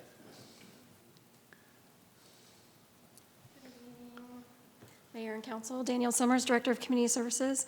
So typically we try to get 20 feet. The minimum requirement is 18 to be able to fit the car on there. But depending on the project, some, vary with the townhomes and stuff, but we typically try to get a minimum of 20 feet. so we need to be less than 20 foot, for sure, because they can't go onto the sidewalk, which then that would block the sidewalk. So certainly much more restrictive. Correct. I mean, there are older properties that might have shorter ones, but our current requirement is we try to do 20 feet. Councilman Reed? Well, as an extension to that, maybe we could put the caveat in there that if parked in a driveway, regardless of length of vehicle, cannot extend onto the sidewalk. I assume that's already part of a parking ordinance somewhere. Yes, we do Right. actually have a parking ordinance that prohibits any vehicle from blocking the sidewalk. Okay, excellent. And I notice this, it seems to be, it's primarily developed areas, or developed parking areas, because one of the things that pops into my head is on the LBJ Service Road over by us. There's many times there's car carriers and such that park on the side of the road where the right side tires are on the undeveloped area, the grass area. That would, I assume, be covered by this as well, correct? It's parked on the side of the road? Yes. Yeah, so that would actually fall more, that wouldn't fall under this one, since unless it's a privately owned street. No, it's TxDOT property. TxDOT, yeah. Yeah. So it's parked on TxDOT property? Or is it on the side of the road? On Yeah, if it's on TxDOT property and it's private property, then absolutely, yes, that would fall into that. LBJ Service Road is TxDOT? Yes. Behind the apartments? Well, part of it. Yes? There's active cases in FBTX Connect on this one right now. I know, Jay, I've submitted one back in the day, and I believe it's outside of our jurisdiction on this one. We can ask for assistance from TxDOT. They stage there. So- That's what they're doing, is staging for delivery. So let me just, a couple points that I heard that I'd like to address. One, grace period. So when I first brought this up, when I was on City Council, District 4 representative, researched a lot of cities. And Richardson had the most effective, I believe, plan for dealing with this. When they implemented their ordinance, this was no boats, campers, RVs, or trailers in the front were visible, none. And they gave everybody a 2-year grace period. Once they passed the ordinance, they they had inventoried the city several times, code enforcement did. They knew where vehicles were. Nobody's saying that you can't own any of these items, but they weren't made to be stored on residential property. And so they realized that they had a problem, 2 years or X date, because if you bought your vehicle a week before the ordinance went into effect or before the 2-year mark, and you say, I got 2 years, no, here's the date. So that's what they did. So it was more restrictive in order to clean up the appearance of the city. That's what residents wanted at the time. They wanted a neater, cleaner looking city. And so we've heard a lot of discussion about that. It was brought up at a town hall meeting, and one of the biggest issues is being sensitive to our residents who don't want to look at these vehicles, and being sensitive to our residents who own them, okay? So that's why we're going to have this pretty encompassing discussion. I'm thinking it'll probably be May or June when that happens. We're working on that now. But the city tried with 4 different iterations of an ordinance to address this, and it's still never been addressed with any finality. And our city shouldn't be in limbo like that. We need to have a policy, whatever it is, we just need to have policy so the appropriate agencies know how to enforce the situation. Okay. So, thank you. Thank you. And so the direction you guys want to wait, table the discussion for now? Yep. Okay. Next up is C10, receive an update on the Mercer Park development.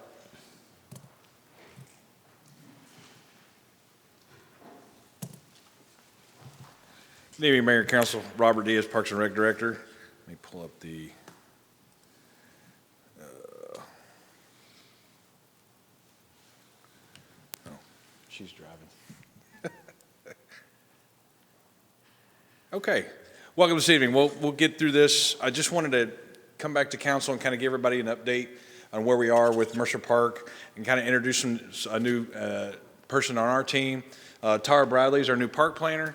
And her and Mark will probably be taking a lot of these projects and bringing them forth as we move through them. But I wanted to kind of take this opportunity to kind of get everybody up to date.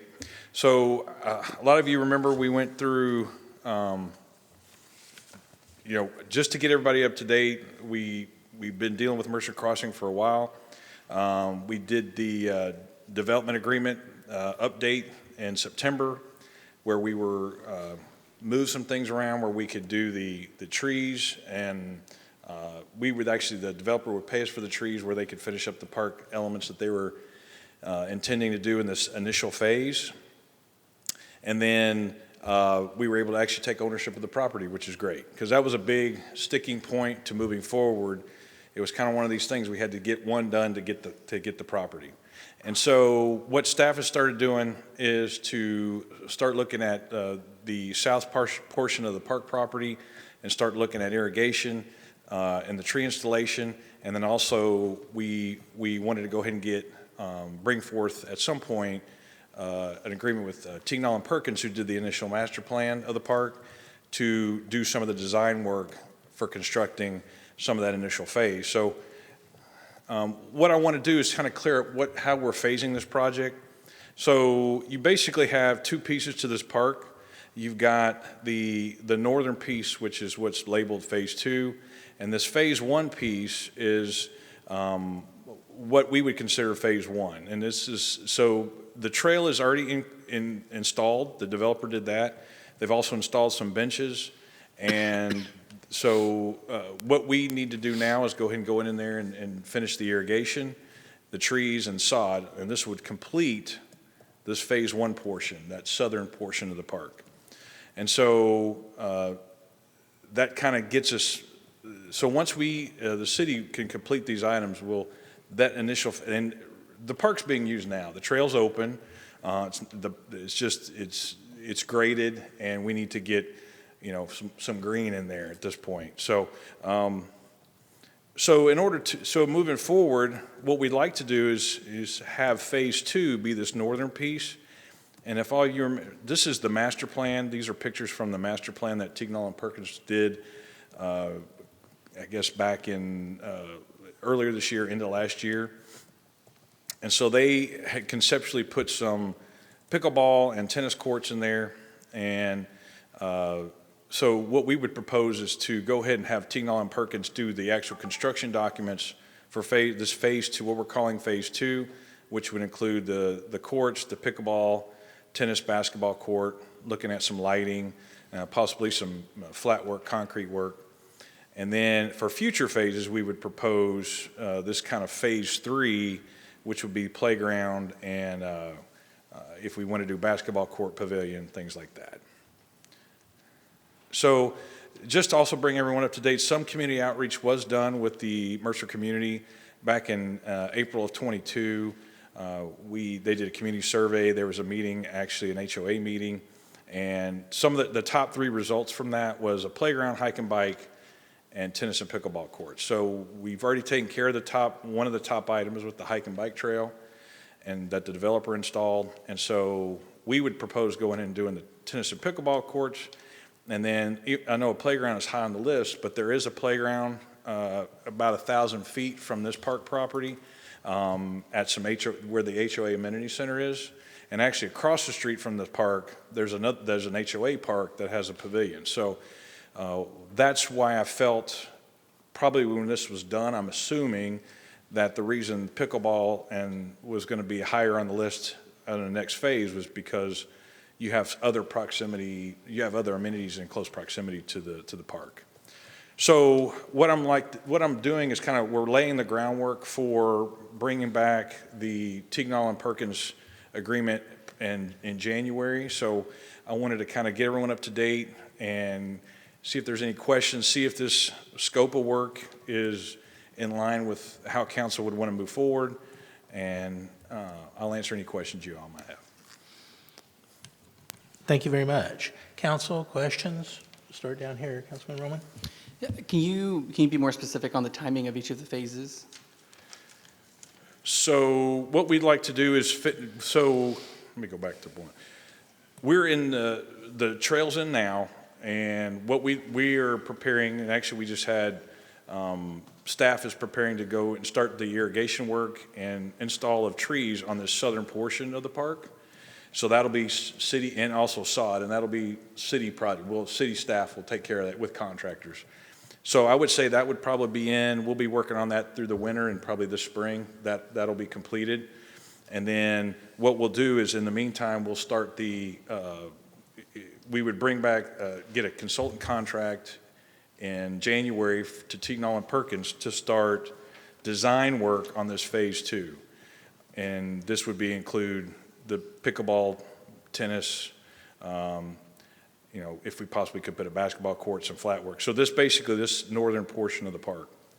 And so once that design work, I would anticipate if we are able to get a contract in January, February, you're looking at probably a 3 to 6 month design process. It's not a lot. And then we'd have to bid that project out. And so I would hopefully by the end of the year, we could have it bid out where maybe a contractor could start. I'm talking of 25. So possibly into 25, early 26, we could start this phase 2. But also realize we have a functioning park at that point because the southern portion is already being used. We already have sod and trees and irrigation. And so we have a usable park. This phase 1 becomes a usable, it is now, it's usable. But it really, once we get turf and things established, like say in the summer of 25, people are going to be able to go out there and utilize it. So then I would say once that phase 2 is completed, then at some point, if we wanted to add any of these amenities shown in phase 3, we could do that at a later time.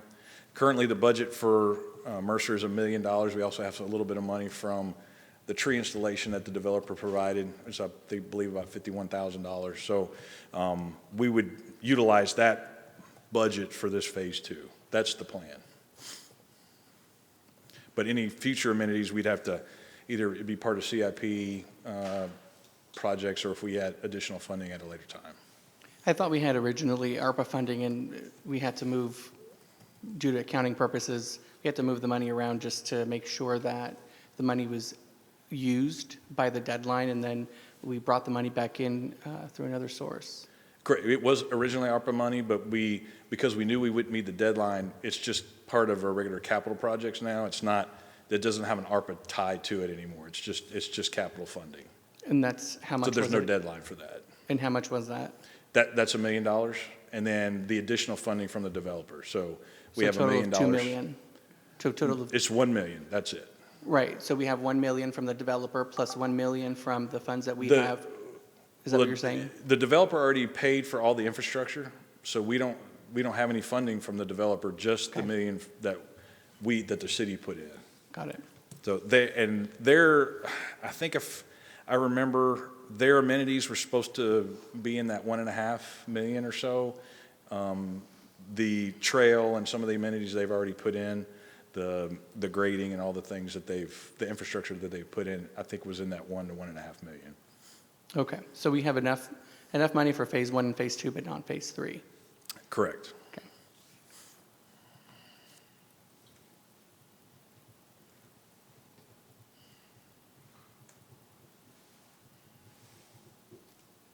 Okay, that's it for now. Thanks.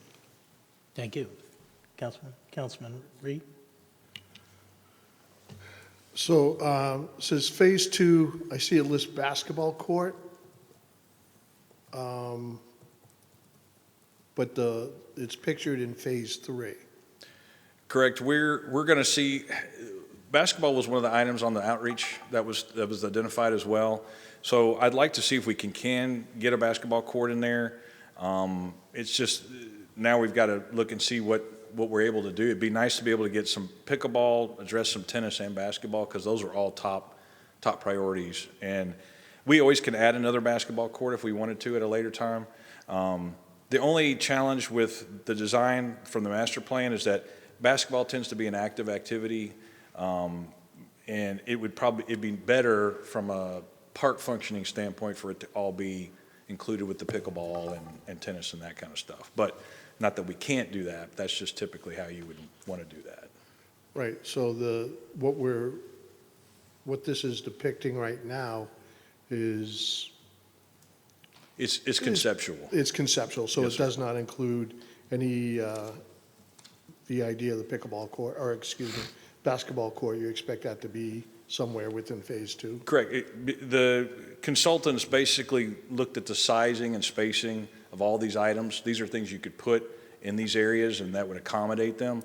So my hope is that once we start looking at the Phase 2, we'd be able to accommodate a basketball court in addition to the pickleball and the tennis as well. Okay. Now, future Phase 3, that hasn't been budgeted, correct? Correct. Now, could we get a cost for that? And that's something we could, and that was part of why I wanted to have this discussion. If a playground is something that council felt needed to be moved into the scope, we could change that scope and add a playground as part of, it just limits how much we do in that Phase 2, if that makes sense. We just, Yeah, you know. because I walk by this pretty much every day. The playground by the amenity center is insignificant. It really doesn't provide much. So I think the way it was presented originally, that there was going to be a significant playground and Sure. a play area and all that. So it would be great to get an idea of, the amenities that are there in Phase 3, what that would cost from a budgeting standpoint. If a playground is a priority, what we could do is just have the playground be part of the next phase, and it could be the playground and we could see I think what we could do is still accommodate pickleball and basketball. It's just, I know it shows 4 pickleball. So for example, we might do 1 or 2 pickleball with a basketball and a playground. You see, so we can just see what we can accommodate, and I still would feel the playground location that's shown on here is probably appropriate because it's away from the more active things going on. Because your pickleball and basketball probably would want to be segregated a little bit from where the playground's more passive. So it would change the scope, but this is the time to do that, where we can make that change. And what we can do is we can design it, come back to council, and then what it'll do is the design will set kind of some of these costs, and what we can do is set it up to where if it exceeds that $1 million, we can show you how it exceeded, and if we needed more funding, we could look at that or adjust some of the items we want to do to be able to accommodate that playground. So That sounds great, because, again, the playground that's there, plus that's the HOA playground. Correct. This is a public park. So I'd love to have the park offer the amenities to the public. As many as we can, amenities. Exactly. Correct. I got you. Exactly. Okay. And if we have to, and I understand what you're saying about the half-court basketball court being over where the other activities are. that'd be great to take a look at as well. As far as the pavilion, again, it's an amenity that I think the city should be offering to the folks in that park and not force them to cross the street to go over to the small pavilion by the waterway that's on HOA property. And typically our model now, like we're going to bring forth at some point Dutch Village, we want a pavilion or something. It's appropriate to have one near a playground as well, so that would be something we would probably want to design together. Yeah, and that's a place, adults and families can hang out while the kids are playing on the Right. playground or whatever. So it seems that it should be, in my mind, included in the. Okay. Okay, excellent. And I think, for all the reasons Councilmember Reed has mentioned, but more than that, this was something, I was in the meeting, and I specifically, you have to understand that these residents have been through a lot of promises as they were moving into their homes, and they were promised a grocery store which hasn't been delivered. They were promised a lot of infrastructure which now has finally been completed. They were promised restaurants and all these other things, and we don't have control over many things, but this is the one thing that they looked at and they asked, if we attend this meeting and we give you this feedback and you're telling us that these are the things that are feasible for you to do as the city to provide as an amenity to us, are you going to be able to do it? We're not going to have this meeting again. You're not going to switch things up. And the answer that was given at the time, you weren't here, but the answer that was given is it's going to be exactly the same. And so this has come up every few months. Someone has asked, anybody know what's going on there? And we refer them to this because it's on the city website. And so people are looking for this promise to be delivered. And so what I would like to see is if we were to move forward with everything as it's shown on here, not taking 1 quart or 2 quarts away, if we were to do everything, what would it cost? Okay. That's what I would like to see as that final number. And then maybe we can figure it out, maybe we don't. But I would at least like to know what that goal is and see. Well, what we can could do try. is, correct, and what we could do is, we're basing this phasing based on that master plan that was provided. And I agree with you. That was the reason I wanted to bring this forth to you all, because I didn't want to come to you with a TMP contract and it doesn't have a playground in it or some other amenity that was wanted. And, well, we're not going to approve that contract because that's not the direction we wanted to go. So this is exactly the information that we wanted back. This is exactly what we wanted to talk through. So if this is how you all would like to proceed, what we can do is get a design contract that's going to get a cost estimate for what we have, and then they also can provide some phasing with that as well, or we can, and then we'll just look at the funding and see how it matches up, and we can provide a real cost to this design that was presented. Okay, thank you. Thank you. Councilman Neal?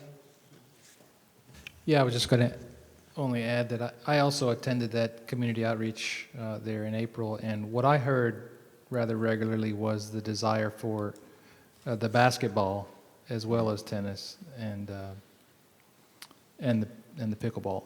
So I would hopefully encourage you to spend a little focus on the basketball, and not only just 2 baskets, but maybe 4 baskets, maybe around a court or something that would encourage more participants. Whereas the tennis court, where you're going to get possibly 4 players or so, but a basketball court, 10 or 15 people could be playing out there. So okay. I just ask that you be mindful of that. So that's all I have. Thank you. Thank you, Councilman Jackson. So kayak launch came back with a pretty strong response from the community outreach. Is that going to be built or no? Is it in a plan? What? I'm sorry. A kayak launch? That wasn't part of the master plan. I think some of the challenges, and Mark might be able to speak to some of this, but I think some of the challenges was the water line and how that approaches in that lake, and some of the restrictions at that water, of being in that water as well, from what I understand. But we can, as part of the design, we can research that. Mark, do you have any other comments? The information that I remember that the discussion was, because the previous superintendent, he worked with a TRA and a Valwood improvement deal. They would not authorize us to do that because there's like a 14-foot rise. And getting everything to be right, they don't want you in their waterway. Yeah. And that's the issue. And that's where we've still got to work with them to figure out the area from the waterway up, what they're going to maintain, or if we can go all the way down to the waterway. Yeah. We're dealing with the actual contractor developer, which we've got that situated, but then we still have to work the easement right with the Byward improvement. So if it looks like we're going to, move toward, maybe having some type of kayak launch, my concern would be if we provide a launch, are we increasing any exposure to the city for risk, liability? That's a fairly shallow. That's one of the reasons why they're really wanting to stay away from that. Okay. They didn't want any part of us doing that. Yeah. To actually be able to do that with the rise of the water, because it's kind of just a holding area. Right. That proceeds to go down to the level it needs to be. Well, it's a pretty shallow. Yes. Pool of water. It's also can be stagnant, which then has chance for bacteria and such. And so I think my point was made. Just want to make sure that we're Yes. watchful of the liability. And to be able to do that, to comply with ADA and everything else, I don't think we could ever do that, because it's Okay. going to have to be able to float 14 foot up in the air if it ever got that high. Right. And it's a floating dock, and it's just really impossible to do. Okay, good enough. Thank you, guys. Yes, sir. Anything else? Thank you very much. Thank you. All right.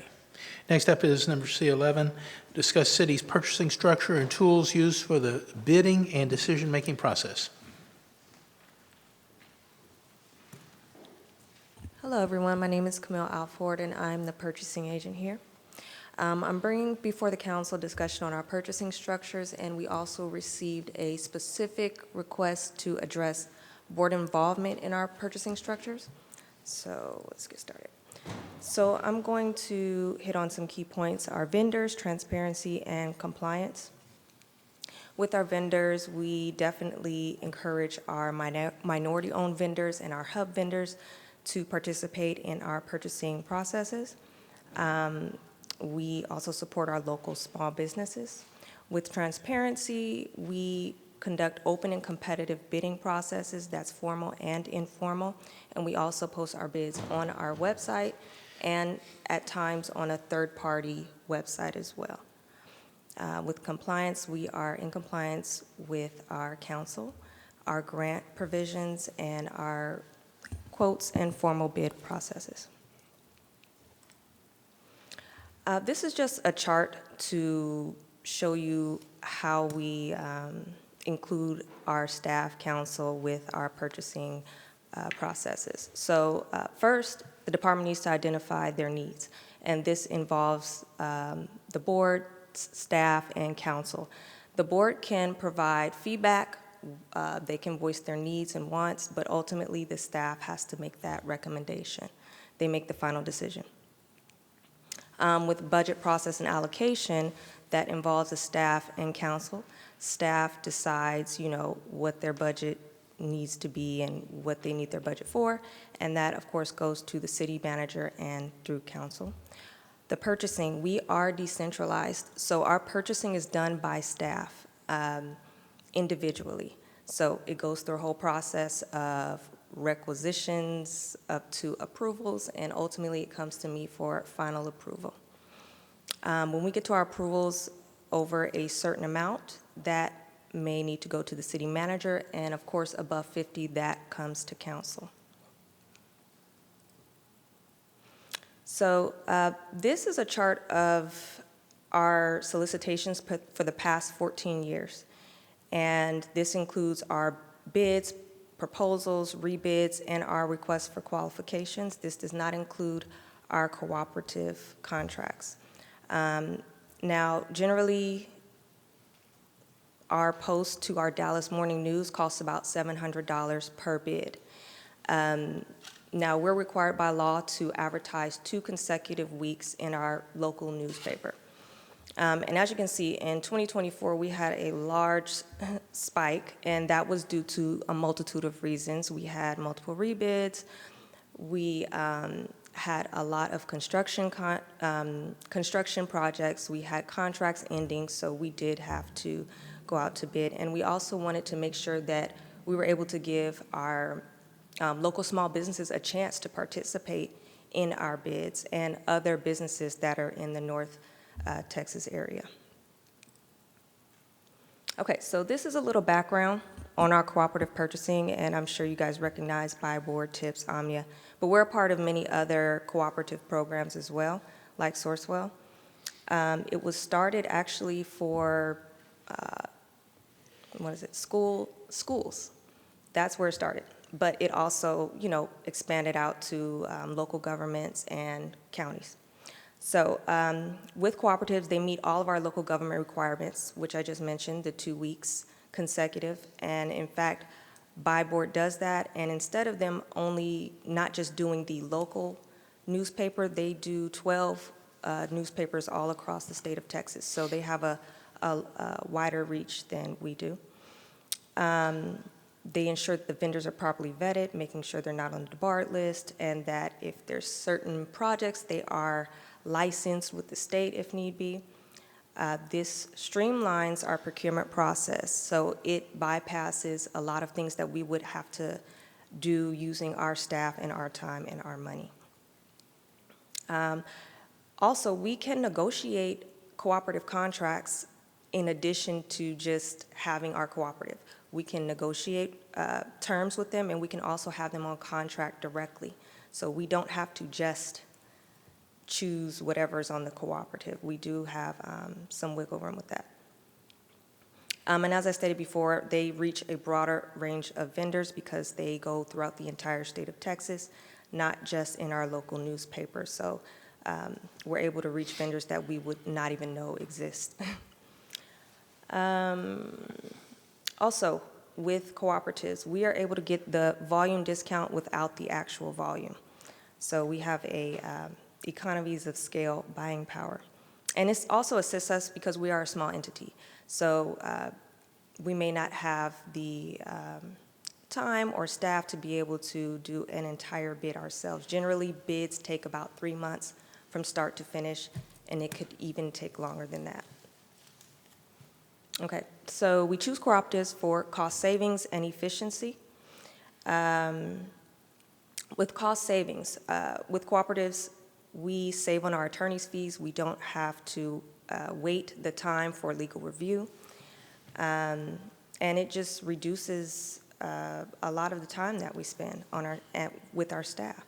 And DIR typically negotiates better pricing on a statewide level. They're getting statewide pricing instead of us trying to negotiate as a small entity. They have more buying power than we do.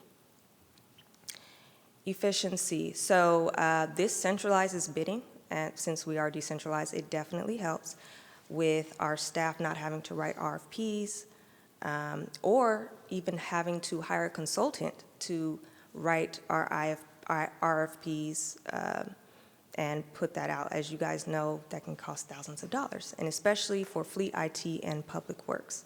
Cooperatives may also be acceptable by grants, and that is very important because with grants we are usually on a tight deadline to get things done. So we do have some suggested improvements. So I think that for items over $50,000 that come to council, we can require departments to provide an additional quote. And that can be a cooperative or non-cooperative quote. Now, of course, there's going to be exceptions. We can balance out the cost to hire consultants, or if it's grant and we need to, get that show on the road, or if it's a sole source, there are exceptions, or if vendors are just non-responsive. There may be 3 vendors that can do this in the state of Texas, and 2 are like, no, we can't, we don't have the capacity, we don't want to. And we can also develop some bid guidelines for simpler bids like concrete, janitorial, and fencing.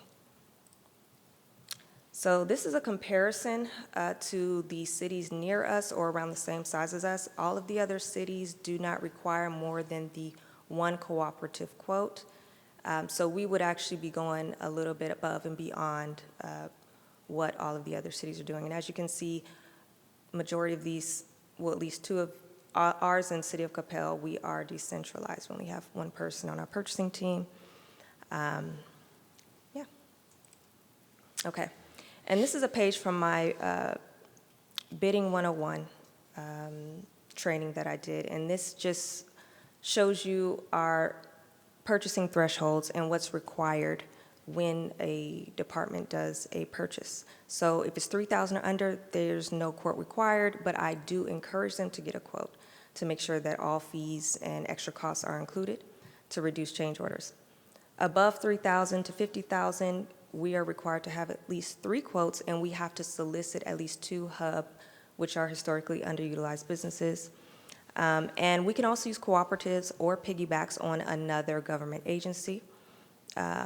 And if it's a sole source, they have to have a sole source letter or a signed agreement, which is based on some type of competitive pricing. If it's over 50, as you know, it comes to council, and they are required to attach a council resolution along with their justification for the purchase, whether it be an agreement, a sole source letter, or a piggyback agreement, or cooperative. And anything over 50,000, let's say we have an order and it was 40,000, but they have a surprise invoice that takes it above 50,000, that will have to come to council, because that means the formal bidding process wasn't done when it was supposed to be. Okay. I'm open for questions. Thank you very much. So I promised a former council person that I would ask their question on this, and so just humor me for a moment. Okay. If a specific, if a department head gave you a directive to purchase, and I'm just using this example, an iPhone 15, that's the thing that came to you. Your directive is to go price iPhone 15, not 14, not 16, 15. Okay? So if they have an issue with 15, if somebody has an issue, they need to go speak to the city manager, and then the city manager would talk to the department head or whoever is requesting it and decide whether that is actually the right item or not. Right. Okay. So I hope that answers some questions if you're listening. And then with respect to minority bidding, sometimes we only receive one bid on when we go out for bids. Yes. One, we can't force people to bid. Right. Some people may decide, it's not worth our time, we're not going to bid. Okay? And there may be other businesses out there that are qualified to submit based on their own business, but yet they don't wish to jump through all the hoops that a city requires of a potential vendor, correct? Right. So with that, that is the cost of doing business. If you want to do business, you have to jump through hoops, especially when you're dealing with the government. So, you know, the best we can do is we can send it to them individually. We post it on our website. Sometimes we have third parties. I mean, at the end of the day, it is up to the vendor if they want to do business with us. But we're open. We're here, and I get calls all the time for help. And so I answer them, and I give them as many resources as I can. Okay. Well, hopefully that will clear up some of the questions that were asked and discussed with me. So, Council, anybody else have questions, comments? Councilman Roman? So thank you for the presentation. I really just wanted to learn a little bit more about the process and how it works, because in some instances I've heard that we must use a cooperative. In other instances I've heard we don't. I've heard that we can negotiate, and in other things we can't, and so kind of wanted to just get a little bit clarity on that. So we can negotiate outside of our cooperative. Now, it's up to the vendor if they want to. They don't have to, but we can always make that effort, and if need be, we can create our own contract directly with them, with our own terms and conditions. And what was the second part of your question? Okay. Well, yeah, go ahead. Are there any instances where it would be a violation of the law to negotiate? No, Okay. No. We don't have to use cooperatives, but it is advantageous depending on what we're getting and our time constraints. And then I just wanted to comment on, you had gone through sort of the timeline of what happens first in terms of getting the board involved, and then what happens next, and so on and so forth, as it gets to the process of getting to us eventually. And I think that's a great process there, and I want to make sure that we're following that process and being consistent across all the boards. I agree. And I think those are all the questions I have for now. Okay. Thank you. Thank you.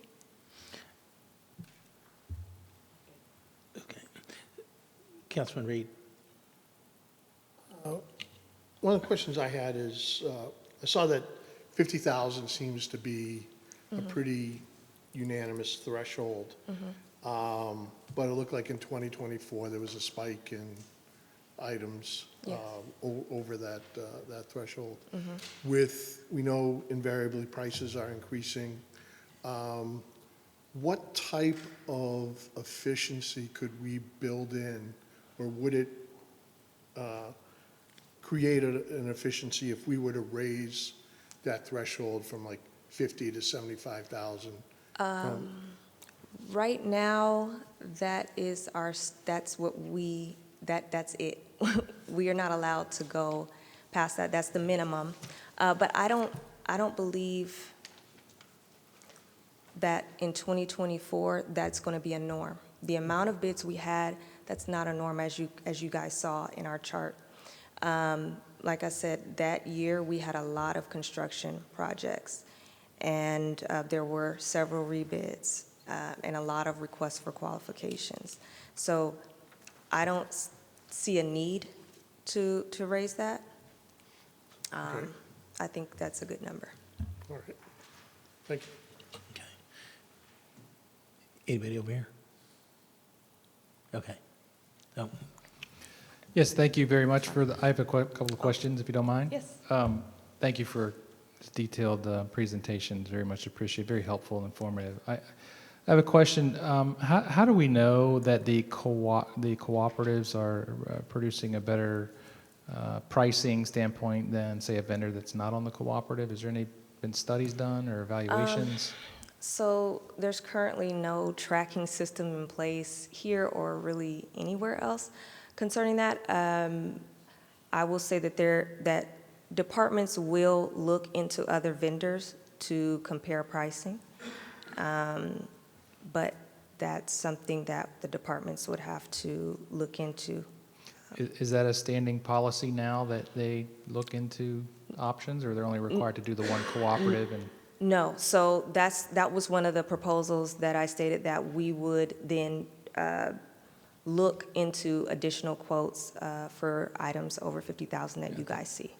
I think that's a great idea. I noticed on one of your slides there for items between 3,000 and 50,000, it requires 3 bids? 3 quotes. 3 quotes, I'm sorry, 3 Yes. quotes. And you had a note there that there are 2 historically underutilized bids. Does that mean 2 out of 3 have to be historically underutilized? No, so it requires 3 quotes, but the local government code requires us to solicit at least 2 hub vendors. That doesn't mean they have to respond, but we have to make the effort, and it only has to be within the county. It can be outside the county, but it at least has to be within the county. So if they don't respond, they don't respond, but we do have to reach out to them. And do we generally solicit more than 3, just overall? It depends on the department if they reach out to more, but they do at least reach out to 2, and sometimes they reach out to more. But a lot of times, there's just no response, or they're just not able to provide that. Okay. Thank you. That's all I have for right now. So. Hey, I'm going to ask one final question. I don't know whether it's maybe a Ben question or for you, but since this does come up, at what point does the council overstep its authority in the purchasing process? I can think of a couple of examples. I'm not singling anybody out, but we had an issue with chairs, okay? And while I think it's okay to shop, you know, and make sure that we're getting the right thing, where do we run the risk of overstepping our authority so we don't get in trouble or get accused of interfering in the purchasing process? I believe that everyone should look for the best quality for the lowest price, and that's how you don't overstep. We're not supposed to be looking at brands and, you know, what is the most beautiful. We can consider that, but the way you don't overstep your boundaries is you make sure that everything is done fairly and competitively, and you make sure that what you're purchasing is what's needed, not always what's wanted. Okay, so let's just say, for example, if we were to buy a bunch of AV equipment, and you all have your own specs and go out and bid for items that are on this list, and somebody says, hey, you know, you all can do better than that, or whatever, how do we handle that? Nobody engages with you. We engage with the city manager, or I just want to make sure that people are following the right procedure if that comes up.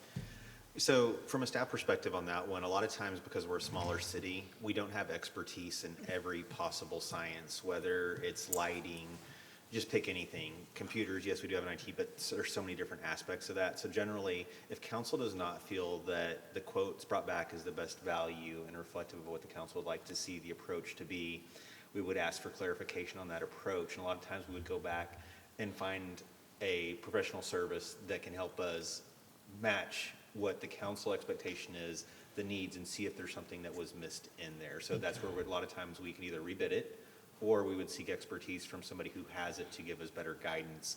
Because sometimes the advantage the council will have is you all are in fields that we're not necessarily in, so you will have more of a perspective, but that's something we don't have on staff. So it would be tough for you all to come in and say, for example, hey, these lights should all be this brand, this lumens, just pick a whole bunch of categories, but you may be in the light bulb industry. I don't have a staff member that is. But for you to tell us which ones to buy would be the overstep. Instead of saying, hey, from a policy perspective, it's out of alignment with what I know, here's what you need to know, go find that knowledge and bridge it and bring it back. And that's what we would do. Okay. Yes, sir. Mayor, I was just going to add that as council representatives up here, I believe that we are the stewards of the tax dollars, such that we, as a council, should monitor those expenditures and set policy to best manage that in the eyes of our residents. So outside of that, I don't know if that's antithetical to the comment you're making about stepping out of the bounds, but I think we do have the right to look at some of these expenditures and set policy on that. And to that degree, I believe that the 50,000 is too high. I'd rather lower it to allow us to see that the policies are being followed correctly with the multiple bids and that sort of thing. And there's no issues there, there's no issue. But I think it helps us as stewards of the tax dollars see a little bit closer on some of this. So that's all I have. Okay, thank you. Yes, sir. Mayor, so is there a cost to using a cooperative? Yes, but it's not to us directly. It's administrative fees. Now, we do pay a membership fee depending on the cooperative entity, but the administrative fees are charged to the vendors that are part of it. So the vendors are paying The administrative fees. administrative fee, but probably ultimately we're paying that fee through the price for Yeah, whatever they're goods or probably included. services that it's getting billed back through us. They're not. Something you said that keeps sticking in my head is that we're a small entity, and we know we're a small community compared to many around us. Sometimes when we're up here dealing with dollars, you know, $50,000 is a big number on some things, and other things, $1 million is a drop in the bucket. It depends on what the project or the need is. But it seems to me like in every 50,000 or above, or whatever that number may end up being, which is different, we would at least get a cooperative bid and try to join forces with other entities and improve our buying power. Right? I know the fire department and police departments do that a lot, but in all of these instances, do we try to get a cooperative bid on everything over 50? No, so like I said, departments kind of make that decision, but as far as try to get a cooperative bid, I'm not so sure about that. So the departments tell you, don't get a cooperative bid, just go get me 2 or 3 bids or whatever? They actually go out and do it. Oh, they do it themselves? Yes, Okay. because we're Okay. decentralized, so they do it themselves. Okay, sorry, I missed that. Okay. Okay, thank you. That's all I have, Mayor. Yes, ma'am. So when we use the cooperatives to buy, are there any rebate programs in those? Yes, for buy board, there is a rebate program. Now, that's based on a percentage of how much we use them. And I think maybe around 1% of each order. But we do get that on an annual basis, and that varies. It could be anywhere from 3,000 to 40 to 50,000. We just don't know. Okay, thank you. Very good. Thank you so much. Thank you. Appreciate it. Thank you. Next up is item C12, receive an update regarding city's grant program and initiatives. Good evening. My name is Addison Holmes. I'm the grant coordinator here with the city, and I'll be providing you all with an update tonight on the grant program with the city, the current grants that we're managing, and then looking into the next year, what those grants look like. I started in my position here about 3 months ago, and when I began, I wanted to make sure that we focused on these 4 priorities that are listed here. And so to kind of initiate that, I began meeting with departments that either currently house an active grant or have discussed pursuing funding from different sources, grants sources before. And so meeting with those different departments allowed me to kind of walk through the different compliance and financial management for the grants that we currently house, what that path looks like, and how we can work on that moving forward. Then this also allowed us to have discussions over what projects looked like, what were some goals that these departments had, what are maybe some funding sources they've looked at before but have never pursued, and that kind of helped create more of a strategic outlook for me and being able to aid them in that process. I think that meeting with our departments on these different things is very important, and so I'm hoping to continue to do this on a quarterly basis, just to kind of develop that relationship with our grant program, with the departments, and that way we just are on the same page of what it looks like for strategically moving forward, what our goals are, so that way we can align with city goals and council goals as well. So here is a list of our current grants that we're managing. I apologize, the number for the total grants is incorrect. We actually currently manage $34 million worth of grants. Of those $34 million, $3.5 million are city funds. So I'll start from the beginning. Our first grant is an Economic Adjustment Assistant Grant. This is a federal grant from the EDA. This is to help build our Venue 1842. We are currently working with a contractor to finish some punch list items, and once that's complete, we'll be able to close out this grant. So we're closer to the end there. Next, we have our Texas Parks and Wildlife Grant. This is for one of the phases for the Hoya Signature Park. This project doesn't actually close out until 2026, and due to some cost savings, we have some funds left over. We're currently working with Texas Parks and Wildlife to potentially explore changing the scope of work to this project to allow for some additional items to be paid for at Hoya. Next, we have the different TxDOT trails. These projects are all currently at different various stages of bid or design, and so that's kind of where we're at there. Next is our Energy Efficient and Conservation Block Grant. This comes from the Department of Energy. This was actually a rebate program, so we got a voucher to purchase the electric vehicles. We are currently waiting on our last vehicle, which we believe should arrive before the end of the year, potentially into the first week of the new year. Once we receive that, we'll be able to close that grant out completely. The next is not a grant, it's our DART interlocal agreement, but because these funds are passed through to us, we wanted to make sure to include that on here just for transparency, that we are completing parts of project, or this project has different phases in it, so we are close to finishing phase 1. Next is the North Central Texas Council of Government Solid Waste Grant. That grant no longer applies to the city, so we declined that. Next, we have the Texas Department of Emergency Management. This was for the Cooks Creek Channel improvement. We are currently, we've applied for a reimbursement. We are in that closeout. It is currently being reviewed by FEMA. So we are waiting to hear back from them. We've been in contact with them and the Texas Department of Emergency Management over the past couple weeks to discuss that grant specifically. Next is the American Rescue Plan Act. The last 2 grant projects that we still have within this funding are the Justice Center and Branch Connection. We are currently just obligating those last few funds to meet that December 31st obligation deadline of this year. Next is the Texas Event Trust Fund Program. This was for the Pickleball World Championship that was just held here. We have received our attendance rate, but we are still waiting from UPA to receive the in-state and out-of-state attendance rates, and once we have those, we'll be able to submit to the state to begin that reimbursement process. Last, we have the Motor Vehicle Crime Prevention Authority. This is a grant from the Texas Department of Motor Vehicles to prevent catalytic converter theft, and so we received this grant from them and are currently working to get that contract started with Flock so we can go ahead and purchase that equipment. And just a reminder, like I said, that total grant number is incorrect. I apologize for that. It was $34 million, with $3.5 million of that being city funds. There we go. So to preface moving into this slide, these are not all grants that we are actively pursuing. Some of these are grants that we are going to actively pursue. Some we are just in discussion with different departments or currently looking at what this grant program would entail and just exploring, but we wanted you to have an outlook of what potential funding may be coming our way in 2025. So the first one is the State and Local Cybersecurity Grant Program.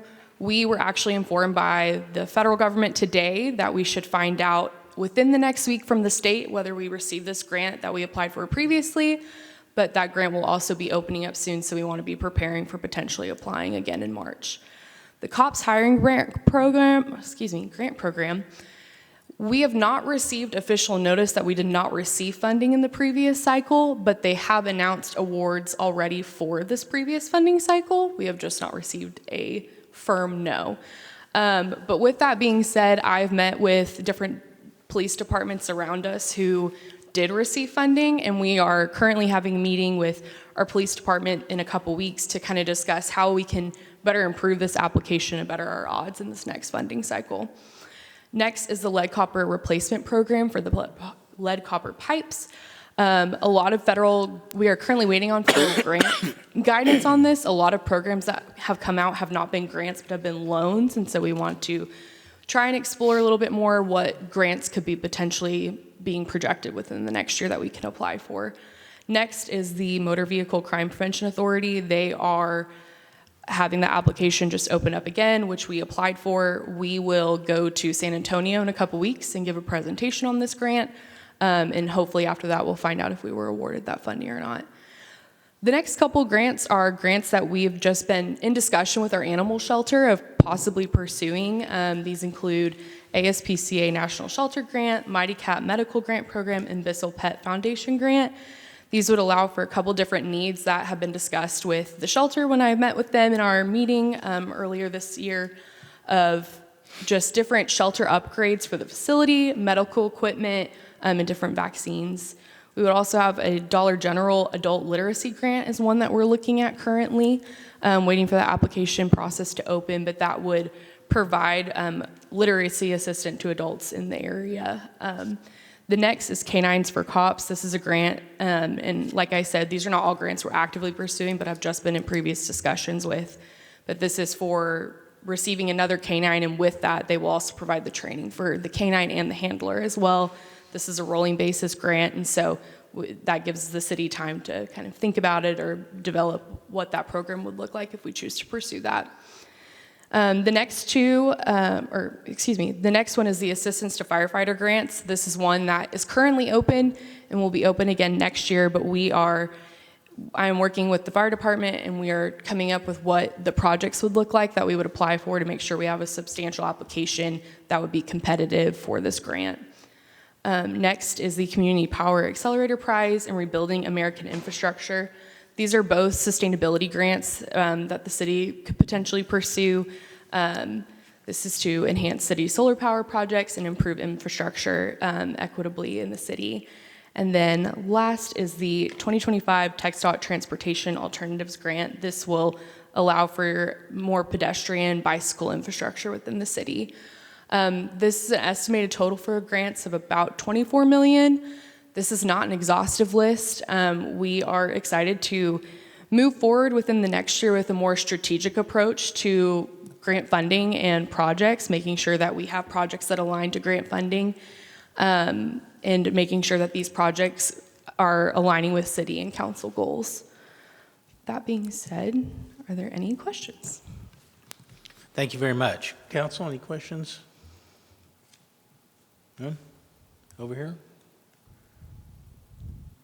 I'll ask one in the meantime while Councilman Neal's looking, and that is, have you coordinated, well, you haven't been here that long, but possibly think about coordinating with Perla and reviewing our list of largest companies or employers here in Farmers Branch to see if any of them have grants for various things related to them, because we're better for them to invest their money than right here.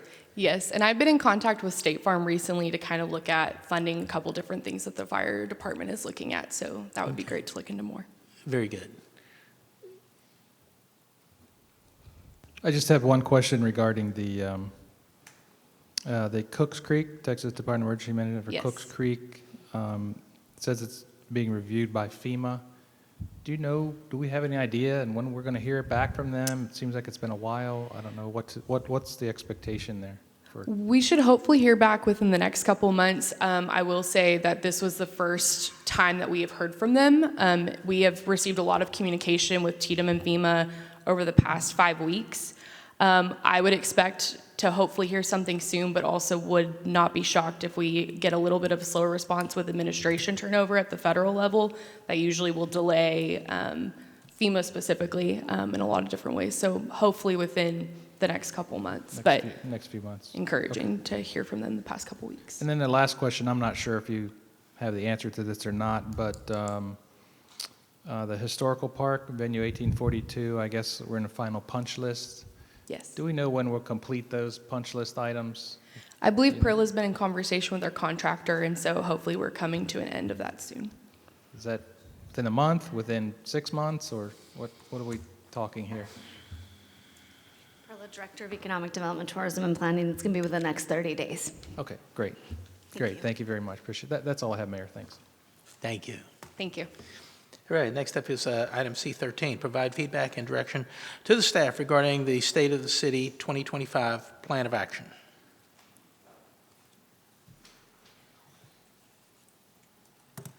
Okay. Good evening, Mayor and Council. Ashton Anders, Public Information Officer. So tonight I'm going to be presenting to you our tentative plan for the 2025 State of the City, and I'm seeking your feedback for this event. So in 2023, we had our first State of the City when former Mayor Glancy hosted the event right here at City Hall. During the State of the City, residents were given an opportunity to ask council questions. Council was able to give answers to our residents. This past year, in January of 2024, we had our second Farmers Branch State of the City, which was hosted by Metro Crest Chamber of Commerce at the Brookhaven Country Club.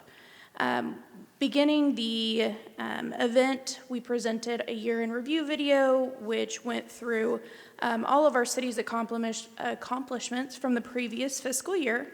And then City Council kind of got together on stage in a panel format and had some Q&As prepared and discussed those items. For your consideration tonight, we propose hosting the 2025 State of the City on Tuesday, January 28th, 2025, from 6 to 8 p.m. right here at City Hall.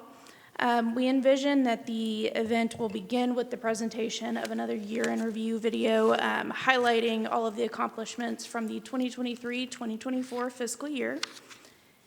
And then we propose dedicating a little bit of time to a public Q&A session where residents have the opportunity to ask council and staff questions that maybe they haven't had an opportunity to ask or are just burning their brains with. And then we would also like to kind of create a little bit of an interactive atmosphere out here in the City Hall lobby where departments can have one-on-one conversations with residents. They can discuss vision boards, have an opportunity to show our city project dashboard, some of those things that we haven't highlighted as much or now, and this is the opportunity to highlight. So, and with that, I am available to answer any questions and look forward to your feedback and vision for this event. Thank you, Ashton. Council, any questions, comments, feedback regarding either last year's event or where we go this year? I'll start down here. I think I like what you've proposed. One of the pieces of feedback that I got from the budget town hall was people wanted an opportunity to have someone explain to them kind of what's going on and then have an opportunity to ask questions. And I think that's what you're doing here, so I'm fine with it. Thank you. Thank you. Yeah, I'd like a question on the video. Is it going to be the same format as last year with the individual council members presenting a portion of it, or what is the expected format? So that is something that we would like your feedback on. We've kind of done it, I know last year I believe was the first time it was done. And so we do have the ability and we have a little bit of time to kind of make it what you guys would like to see and what our residents would like to see. So your feedback on that would be great so that we can move forward appropriately.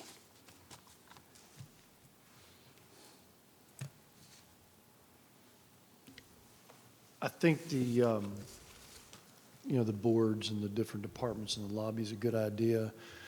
But one thing I would invite others' thoughts on this is we're going to be sort of in the time where we're trying to promote, board and commission applications. And I'd really like to see a strong emphasis out there like that. Almost be, it's great to have residents be able to interact with the different departments, but let's try to make it more of a marketing effort to engage the community in applying for boards and commissions. So I think every department should find a way to promote, resident engagement in our boards and commissions. Well, that was, something that I know Stacy and I have been in discussion with, and obviously we wanted to get your feedback, and we've been throwing around a lot of ideas. And so one thing selfishly on my end from communications I would like to focus on, and I'm sure boards and commissions is a big part for Stacy and Aaron, seeing as that's in their wheelhouse, is getting information out about our e-news and things like that. So those two things combined together and having more of a marketing communication about those items that maybe aren't at the forefront at all the time, like police, fire, code, would be a great opportunity and something we've certainly tossed around on how to get that out. Yeah, I'm thinking even make it a fun competition, right? Give the different departments, assign them a certain board or commission interest and have a contest, of who can get the most names and phone numbers of people that might be interested in a particular board or commission. And that way it makes it really easy for the resident to sort of get some information, but they don't have to fill out a form that night, right? But we've got their name and number, and we're going to call them back and say, hey, thank you for joining us at the town hall. You expressed some interest. Are there some questions I can answer? And make that a competition for our staff in some way to make it fun and just to drive participation. I like that idea. I'm all about friendly competition. Thank you. I was just going to ask, do we have any numbers on participants over the last, say, couple of these events? And do we need to do anything to encourage more resident participation? So I think that I don't have the numbers personally on me right this moment. That is something I can get for you. However, what I've seen in the almost year that I've been here is that from the state of the city and the town hall, we've had a lot more engagement, and that has increased.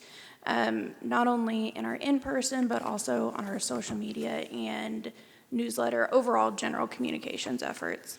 But that being said, that is still a very large focus for us and how we can always improve engagement. And that's part of the reason why we're here asking for your feedback, is because we want to make these events interactive and draw our citizens in, but also, instead of it just being fun and silly, making it be professional, business forward, where we can serve our residents in the best way, but drive engagement. So some of these really great ideas is what we're hoping will see that engagement drive forward. Great, thank you. I just want to make sure we're sort of tracking that resident participation and what works, what doesn't work. So thank you very much. That's all I have, Mr. Mayor. Thank you. I guess I want to just give my comments on last year's event. I really didn't like the way it went last year. I didn't think it conveyed a true state of the city, and got way off track with asking council members, why'd you run? What do you like most? Those are things that are election type questions, not state of the city type questions. And so, or they can be covered in the individual town halls when or if folks have those. We're there to talk about the wins and successes of the city, and so we should be focused on that. And then if there are questions, absolutely allow time to ask questions about various build projects, city initiatives, etc. Not informal chit-chat about what I like most about the job. That to me was where we got off track. And so I'd like to see it more fine-tuned in that direction. And then if we're going to do it here, yes, we can have city departments set up out in the lobby to showcase information, answer questions, et cetera, et cetera. I did like the fact, I liked it at Brookhaven. I thought that was a really good venue. It's a good partnership to have with them. We might consider doing, depending on whether the venue is finished or not, doing it at the Branch Connection. But sometimes it's good to get out of your own house and do it at a different site. So just my 2 cents worth. Okay. Thank you, guys. You good? Excellent. Next is C14, City Attorney to discuss the City Council stipend and disbursement. Good evening, Council and Mayor. Nicole Core, your City Attorney. I can address this from here, or would you prefer me to be down there for eye-to-eye conversation? Right there. Okay, that's fine. Thought I'd clarify that. So this item is on here because we were actually asked to do an analysis of the treatment of your stipend, essentially whether or not it should be treated as W-2 income or 1099 income, specifically for the federal withholdings. Our understanding is that your current stipend, the city is actually doing federal withholding from it. So we did a deep dive, and where we started was the IRS publications. So there is a 2020 IRS publication that specifically says that an officer, employee, or elected official of a state or local government is an employee for income tax withholding purposes. Now, again, this is an IRS guideline, but as you know, it's the IRS. So if they suggest a guideline, then we would recommend we follow such guideline. So then we looked at y'all's charter, because your charter specifically says that while y'all receive these monthly stipends, that you are to serve without pay or compensation, except for reimbursement of necessary expenses in the performance of your official duty from funds budgeted for such purposes. So we wanted to make sure if we are doing this with the holdings, are we still in compliance with our charter?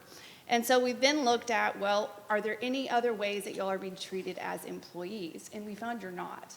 So we think that by going ahead and complying with the IRS publication and doing the federal withholding, but in all other fashion, you don't get FLSA, you don't get any other what you call typical employee benefits, that we are in compliance with your charter. There are a couple of options. We could stay with how you're currently doing it. You get your stipend, we do the federal withholding, all other facets, you're not treated as an employee. The other option is we could fully not treat you as an employee, and we could risk the IRS doing an audit and telling us that we didn't follow their publication, which there is a risk of that, and there are fines and other things that I just think would open us up to a little bit of more liability than we want to, considering the amount of money we're talking about. And then the other option is if you want to go completely different and just treat you all as employees. If you wanted to do that, we would recommend you actually do a charter amendment for that purpose. So that's where we came out on this discussion, but I'm happy to answer any questions if you have any. Thank you very much. Ben, correct me, since we just went through a charter review, not that long ago, we've got to wait. There's a waiting period before we can address, unless we take some emergency action. No, it's 2 years. 2 years. Okay. That's what I thought. All right. Questions, comments? Councilman Jackson? If I'm not mistaken, I think on our stub, there is some withholding for a retirement plan. Right? So, seems to me if we're going to be treated as employees with no benefits, that shouldn't be there. Is that something that you looked at specifically, or? So that was something we looked at after the fact, and I think, Ben, if you want to, you might be able to comment on this. But so essentially, while with the federal withholdings, since we don't withhold social, I don't think we hold Social Security or Medicare. And so what the IRS says, if you're not going to do that, there has to be some sort of set aside for retirement, because federal government doesn't trust us to do our own retirement planning. And so that is why you see that TMRS set aside.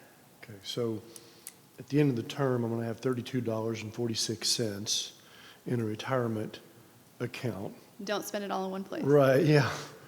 It seems to me like there's more administrative costs involved there than what it's worth. I'd just as soon have that put towards Social Security to offset my, total Social Security bill this year. And maybe that's an HR question about the payroll and whether or not we could assign it. Instead of going to TMRS, if we could switch it over to a federal Social Security withholding. And I don't know how the rest of the council might feel about that, but. Sure. Jeffrey Ross, Deputy Director of Human Resources.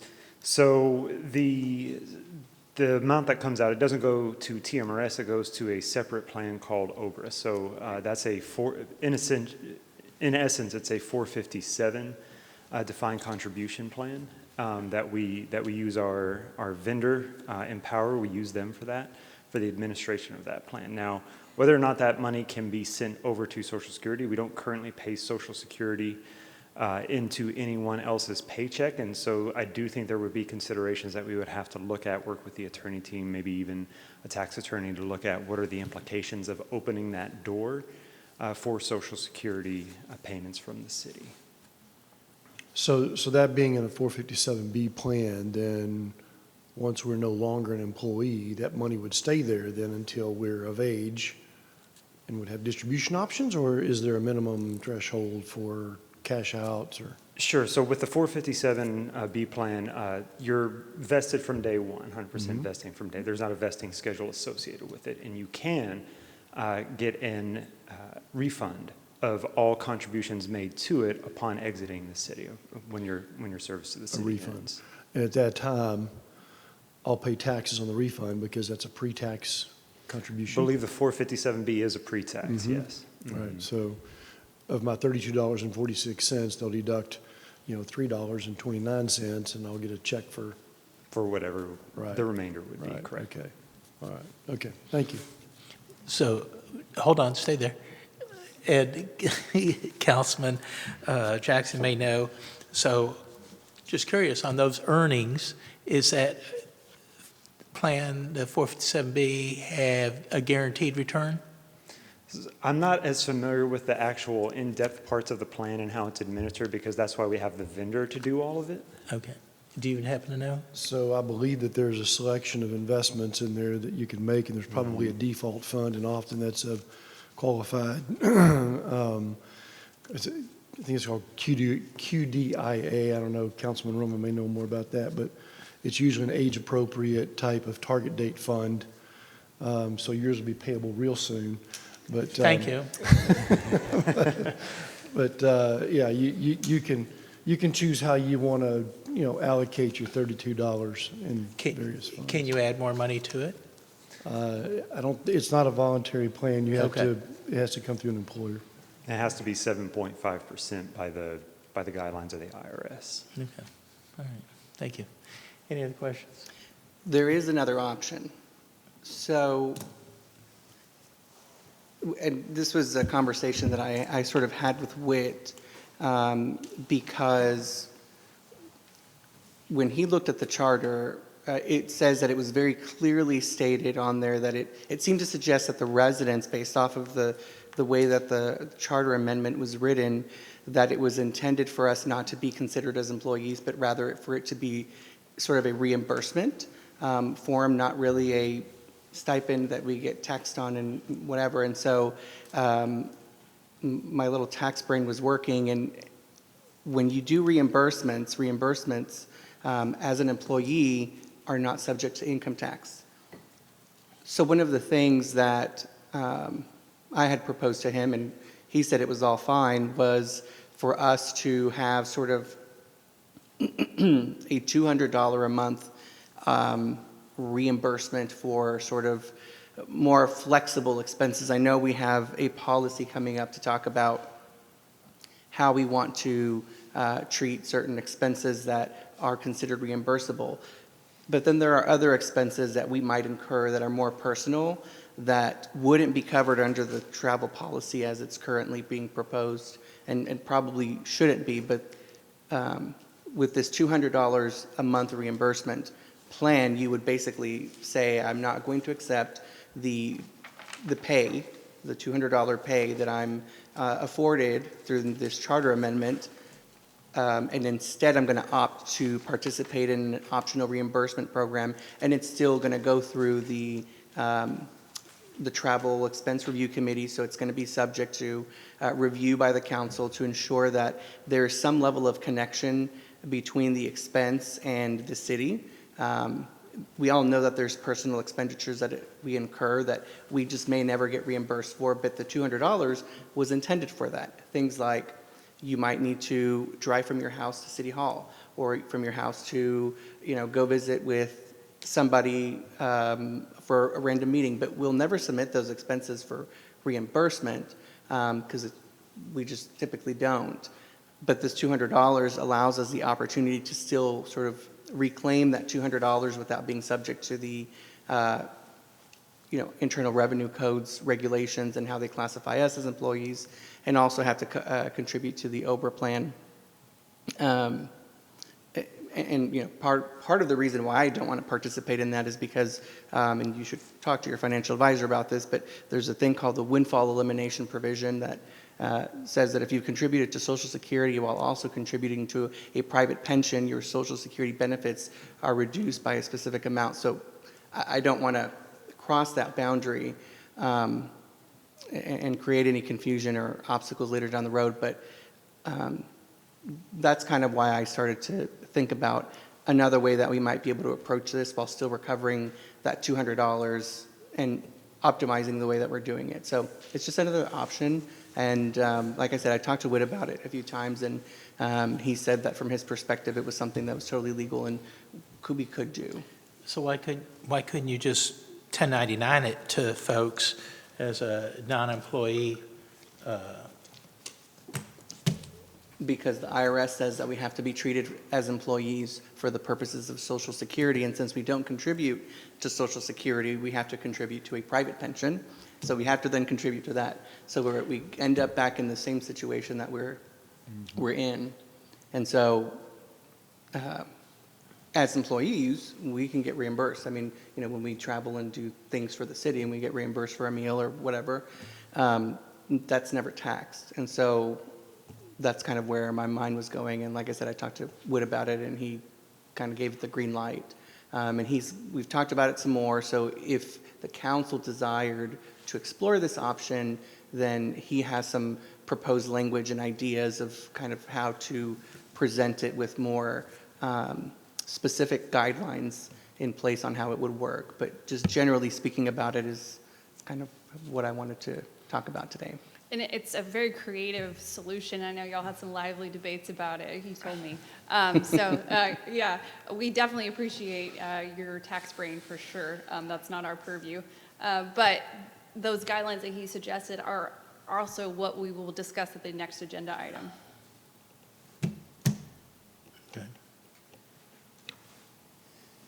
Just to piggyback on Councilman Roman's points, I don't think it would be difficult to come up with a list of 5 to 10 things that us council members engage in each month. It says this is a $200 or more expense in performing the duties of our office, right? You have cleaners, you have meetings, you have we're all involved in other boards we travel to for meetings, or we, do engagements with and such. And so you could have a standard where $200 is reimbursement. It's not compensation, and therefore not taxable. Creative or not, I'm not a tax guy, so I'm not going to go there, but I don't think that the thought is all that far outside the box. And I think it would be more, it would hold us to a higher standard, and I think it'd be more transparent to the residents, because if I'm getting a $200 a paycheck minus a 7.5 contribution and any other deductions that might exist, I can spend that 100 and whatever dollars it is in whatever I want. I can go buy Whataburger a few times. Or, I could actually claim a reimbursement for an expense that somehow is tied to my endeavor of city council. So.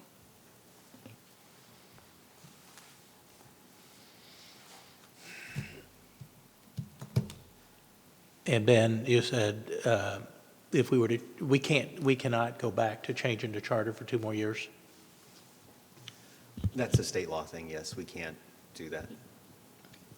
But I would clarify that what he's suggesting in the language we're going to talk about in this next agenda item, we would not actually have to amend your charter as it sits today to make that policy change. Okay. All right. Well, we good here? We'll just move on to the next one. All right. So item C15 is discuss and review the proposed updated city council travel policy. Good evening, everybody. We still awake? Stacy Henderson, Director of Administrative Services, City Secretary. I wanted to review the proposed updates to the City Council travel policy. The current policy that you were working under was adopted in 2009 and has not been amended since then. So the travel policy, the proposed policy that's before you in the packet, mirrors the city's employee travel policy relating to ride sharing, rental vehicles, per diem costs and reimbursements, allowable conference activities, and then further clarifies your local meetings and what is in-state travel. What is different that is proposed in this policy that's currently not in that is pre-approval requirements. So in this policy, it's proposed that any travel, including local conferences, over $300 would require pre-approval from the City Council Travel Review Committee. Local meetings under that $300 threshold does not require pre-approval. But obviously all your reimbursements for whatever you would like to be reimbursed for would still go before the Travel Review Committee. So these are just highlights of the policy. It is much more detailed than what you have currently. In researching for this updated policy, I did look at surrounding cities. I looked at Grapevine, Capel, Addison, South Lake. Their city council travel policy is all part of their employee travel policy as well. So I'm happy to answer any questions. And of course, it doesn't address anything related to reimbursement that we just discussed, so we can talk about that as well. And I would love your feedback, amendments, and if this is something you want to move forward with in changing. If so, we would do a resolution at some point, if that's how you'd like to move forward. So, Stacy, so if somebody wanted to go to TML, they don't get city manager's approval, they got to get the travel review committee's approval? If you're going for a meeting that day, that's No, not a TML, which is a conference, so there's Yes. registration, there's hotel, there If could it's be over that- air or car. It is proposed if it's over that $300 threshold, but you could change that threshold if that's something that you see fit. That's what's proposed, but in the policy. I just want to also say that's how my staff travels as well. So if Stacy was going to TML, she would have to submit a request to go. And the reason we do that is because it's tough to do it after the fact, and it also makes it cleaner on the reimbursements to where you get the per diem rate. It's just very smooth for my staff when they travel, and also balances the budget, so you can tell you if there's money there or there's not. Okay.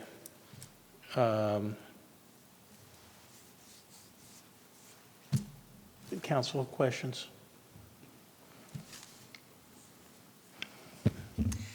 So as I was reviewing this policy, which I definitely think we should have, I remember when I went to my conference in Denver, I remember the question I asked you, can I have a copy of the travel policy? Yes, you Because did. I don't know what I'm allowed to do or not. And you said, just be reasonable. We don't have one. We're working on it.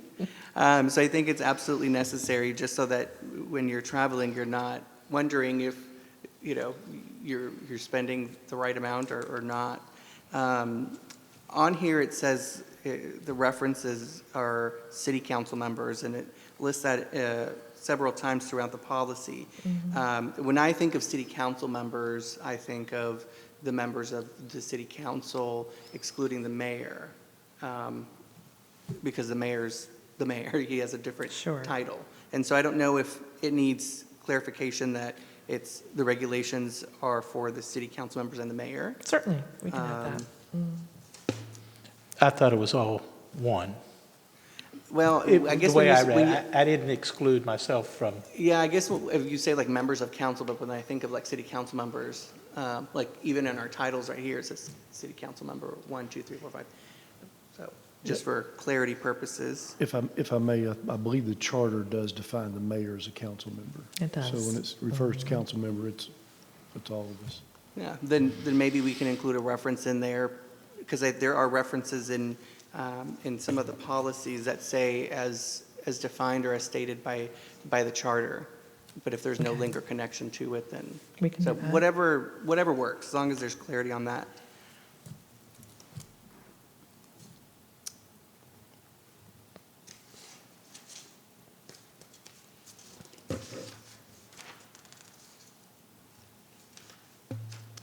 And then in terms of the just expenses, one of the things that I wanted to make sure that we didn't get into is where there was food being offered at an event, and then we opted to go and buy a more expensive meal somewhere else. And so I wanted to make sure that there was language in there to capture a specific instance like that, where if it's being offered already, then go ahead and eat there. And then if you choose to go somewhere else, then it's on you. Okay. Whether that's for local meetings or conferences or whatever. We can add that. And I think that was it. Yeah, that's it for now. Thank you, sir. Thank you.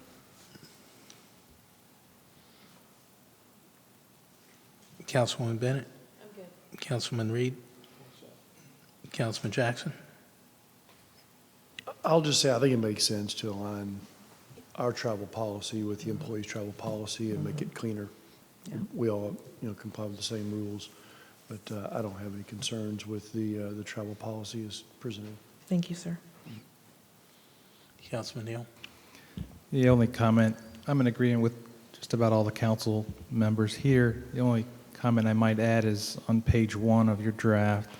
under the city manager and city judge, that the approval for reimbursement be solely done by the mayor. I might advocate for an additional person. Would you like Mayor and Mayor Pro So- Tem? Sure, I guess. Okay. Or maybe I don't we know. can just do the travel review Or committee. travel committee, yeah, somebody.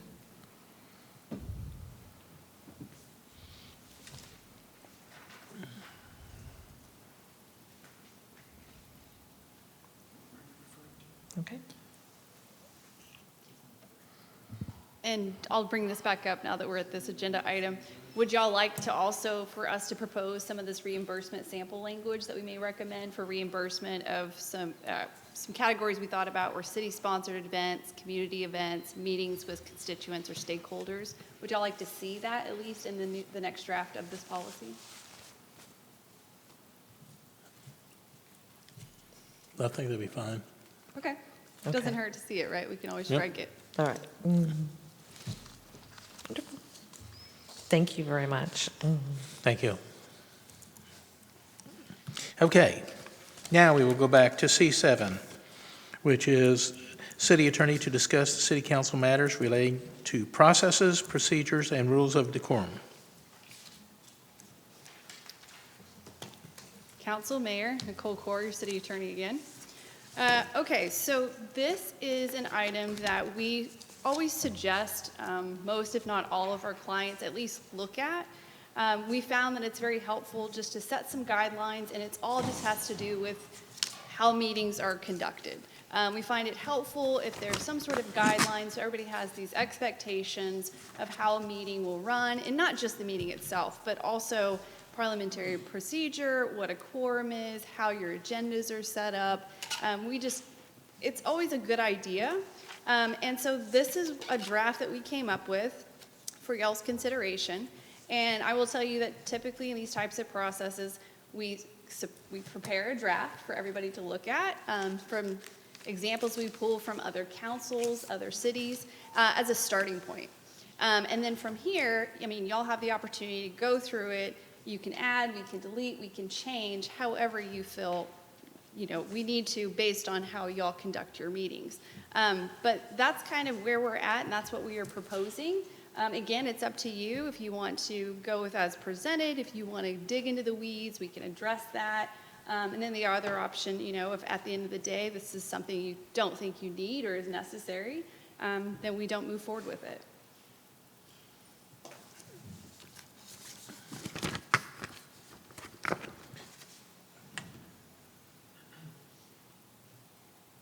Council, I'll start down here on the left.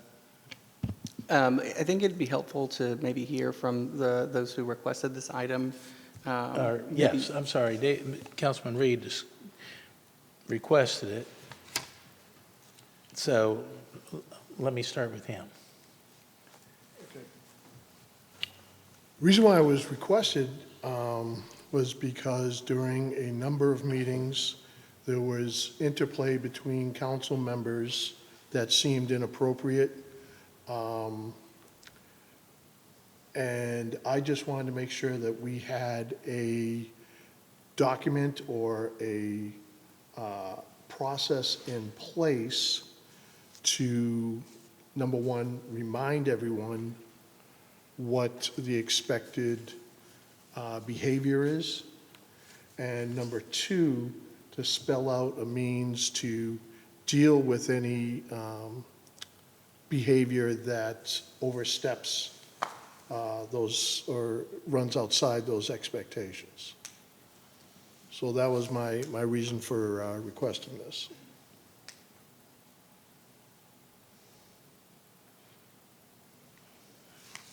Okay.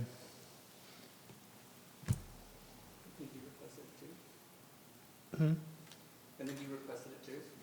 I did.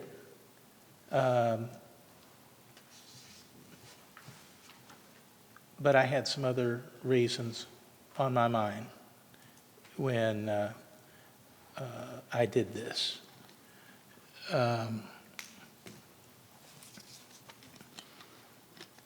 So this was more decorum discussion. And I'm just going to read down my thoughts as it relates to all of this. So decorum goes beyond conduct at study session and council meetings. It has to do with how you address others in meetings, letting others have the floor to speak and make their point, observing and adhering to rules of order by the head of the meeting, not walking out of meetings, not standing up in meetings, making insensitive statements, treating staff with respect, asking questions is fine, not interrogating those before us, not prearranging to take over meetings and stop conversations, making decisions on how to proceed on items outside of a public meeting, and then voting as a block to silence others. It also involves keeping executive session discussion confidential, which you should not be discussing with anyone, and that includes spouses, and not circumventing the authority of the person in charge of the meeting. It also includes behavior when in public and comments being made to others, whether residents, elected, or staff. That goes to points such as not having members followed while in public. I know as personally this was done to me because pictures were taken of me at Starwood, pictures of me having lunch, pictures were taken of me having a conversation with John Vickers at Ace Hardware,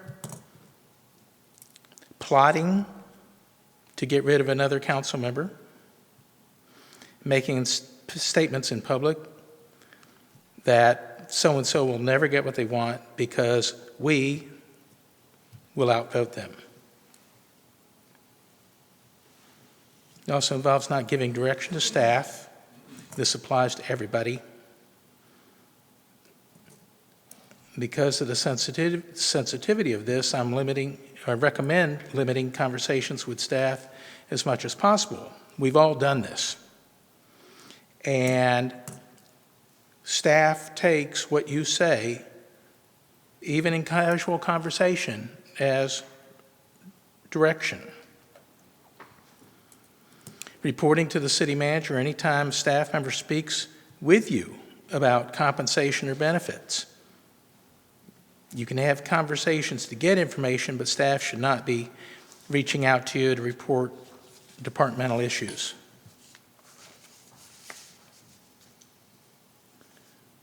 Additionally, when at events, we act as part of a team.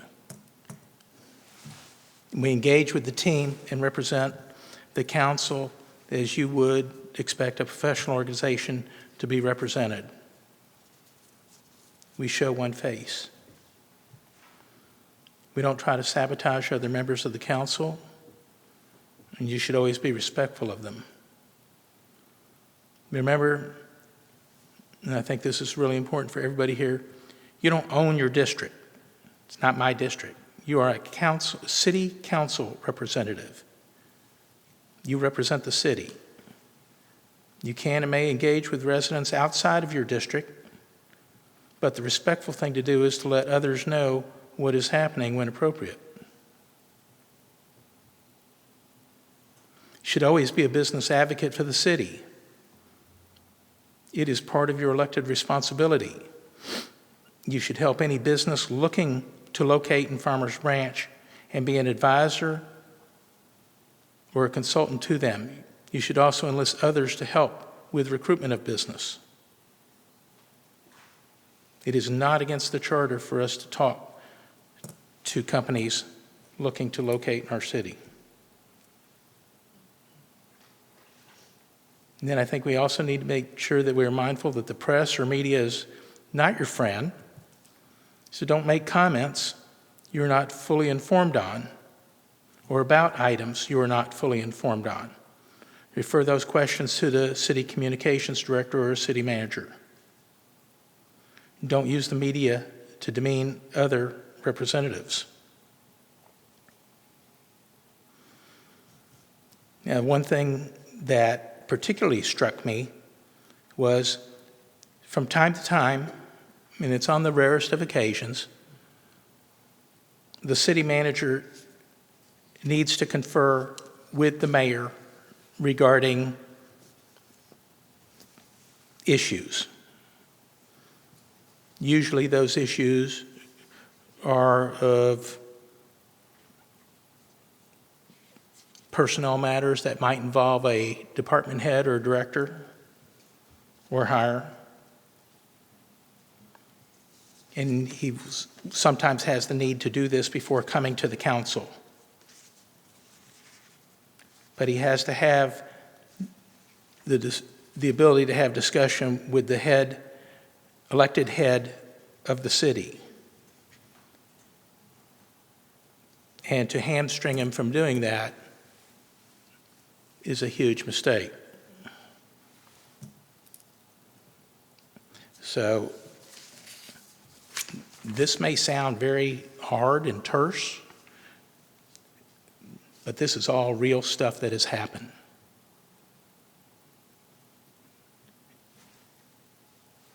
And some of it should just be common sense to us. Some of it should be just good business manners. But I wanted folks to be aware of this because it's happened a lot. And it doesn't bode well for our city. So with that,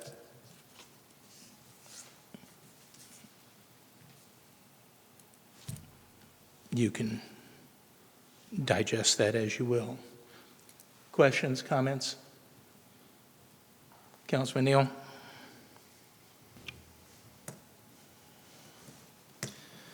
Mayor, I think I would generally agree with most of the comments that you made there. However, those comments, in my view, lean more towards a code of conduct as opposed to a decorum. And yet here the document says rules and procedures. So I'm not sure that all those things you identified are within this document for putting regulations around. So that's just the first comment I have. Second thing, I have many thoughts about this, but I'll keep it short here and want to get some feedback from the other council members. And that is, as I read through this document, I didn't necessarily see any penalties for violations or stepping outside of these rules and procedures. So what are they? Or are there any? And if there are not, I'm not sure we would even need this document since there's no teeth in it. So, with that, I'll just turn over and listen to the other council members. Thank you. Thank you. Councilman Jackson. Thank you, Mayor. Anyone that's paid half of attention in the last year to our council has seen varying levels of dysfunction. It's been embarrassing. And we're better than that. Regardless of the conflicts that we may have with individuals up here we represent our city. And that's what needs to be at the forefront of our mind. And in agreement with Councilman Neal, I don't know that the intention of this document or the results of this document really address that under a rules of procedure, but there is under Section 2E, little I, maintain respectful decorum during all proceedings of the council. Refrain from name-calling, degrading remarks, unduly interrupting other members, delaying proceedings, and disobeying the order of the agenda. Those things do capture some of the behaviors that have occurred on council over the past year. I'd like some more clarity on what teeth. Is this a code of ethics? Is it worthy of ethic violation if there are violations or subject to our code of ethics? In section 3K, I find it interesting that we also address public speakers' behavior. And it causes me to wonder, should we have something posted or available, and maybe it is back there and I haven't seen it, but is there a rules for people that want to come and get their citizens' comments that says, I know you say it, don't disparage council staff, but perhaps if they knew, if speakers knew, hey, you'll get one warning, or here are some examples of what are not permitted. And this goes for even audience members, no booing or hissing or foot stomping, because we've seen that, we've heard that, we've experienced that. But I found it interesting that while we're trying to address behaviors up here, that we're also including behaviors out there. And so I think that folks out there need to understand what the rules of the room are as well. The last thing that I'll add is that in here, if it's the right place, I feel like it is, but I'll leave this to the city attorney and Ben. But I think we should include council is expected to conduct themselves according to REACT. I mean, why not? Right? I think that's a very important characteristic of our employee culture. Why wouldn't it be equally important to our council culture? And so I think that should be a part of this document as well.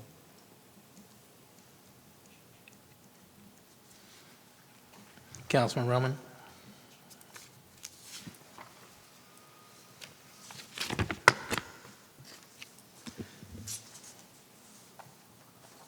You had your list of items that you had gone through, and I prepared a list of my own.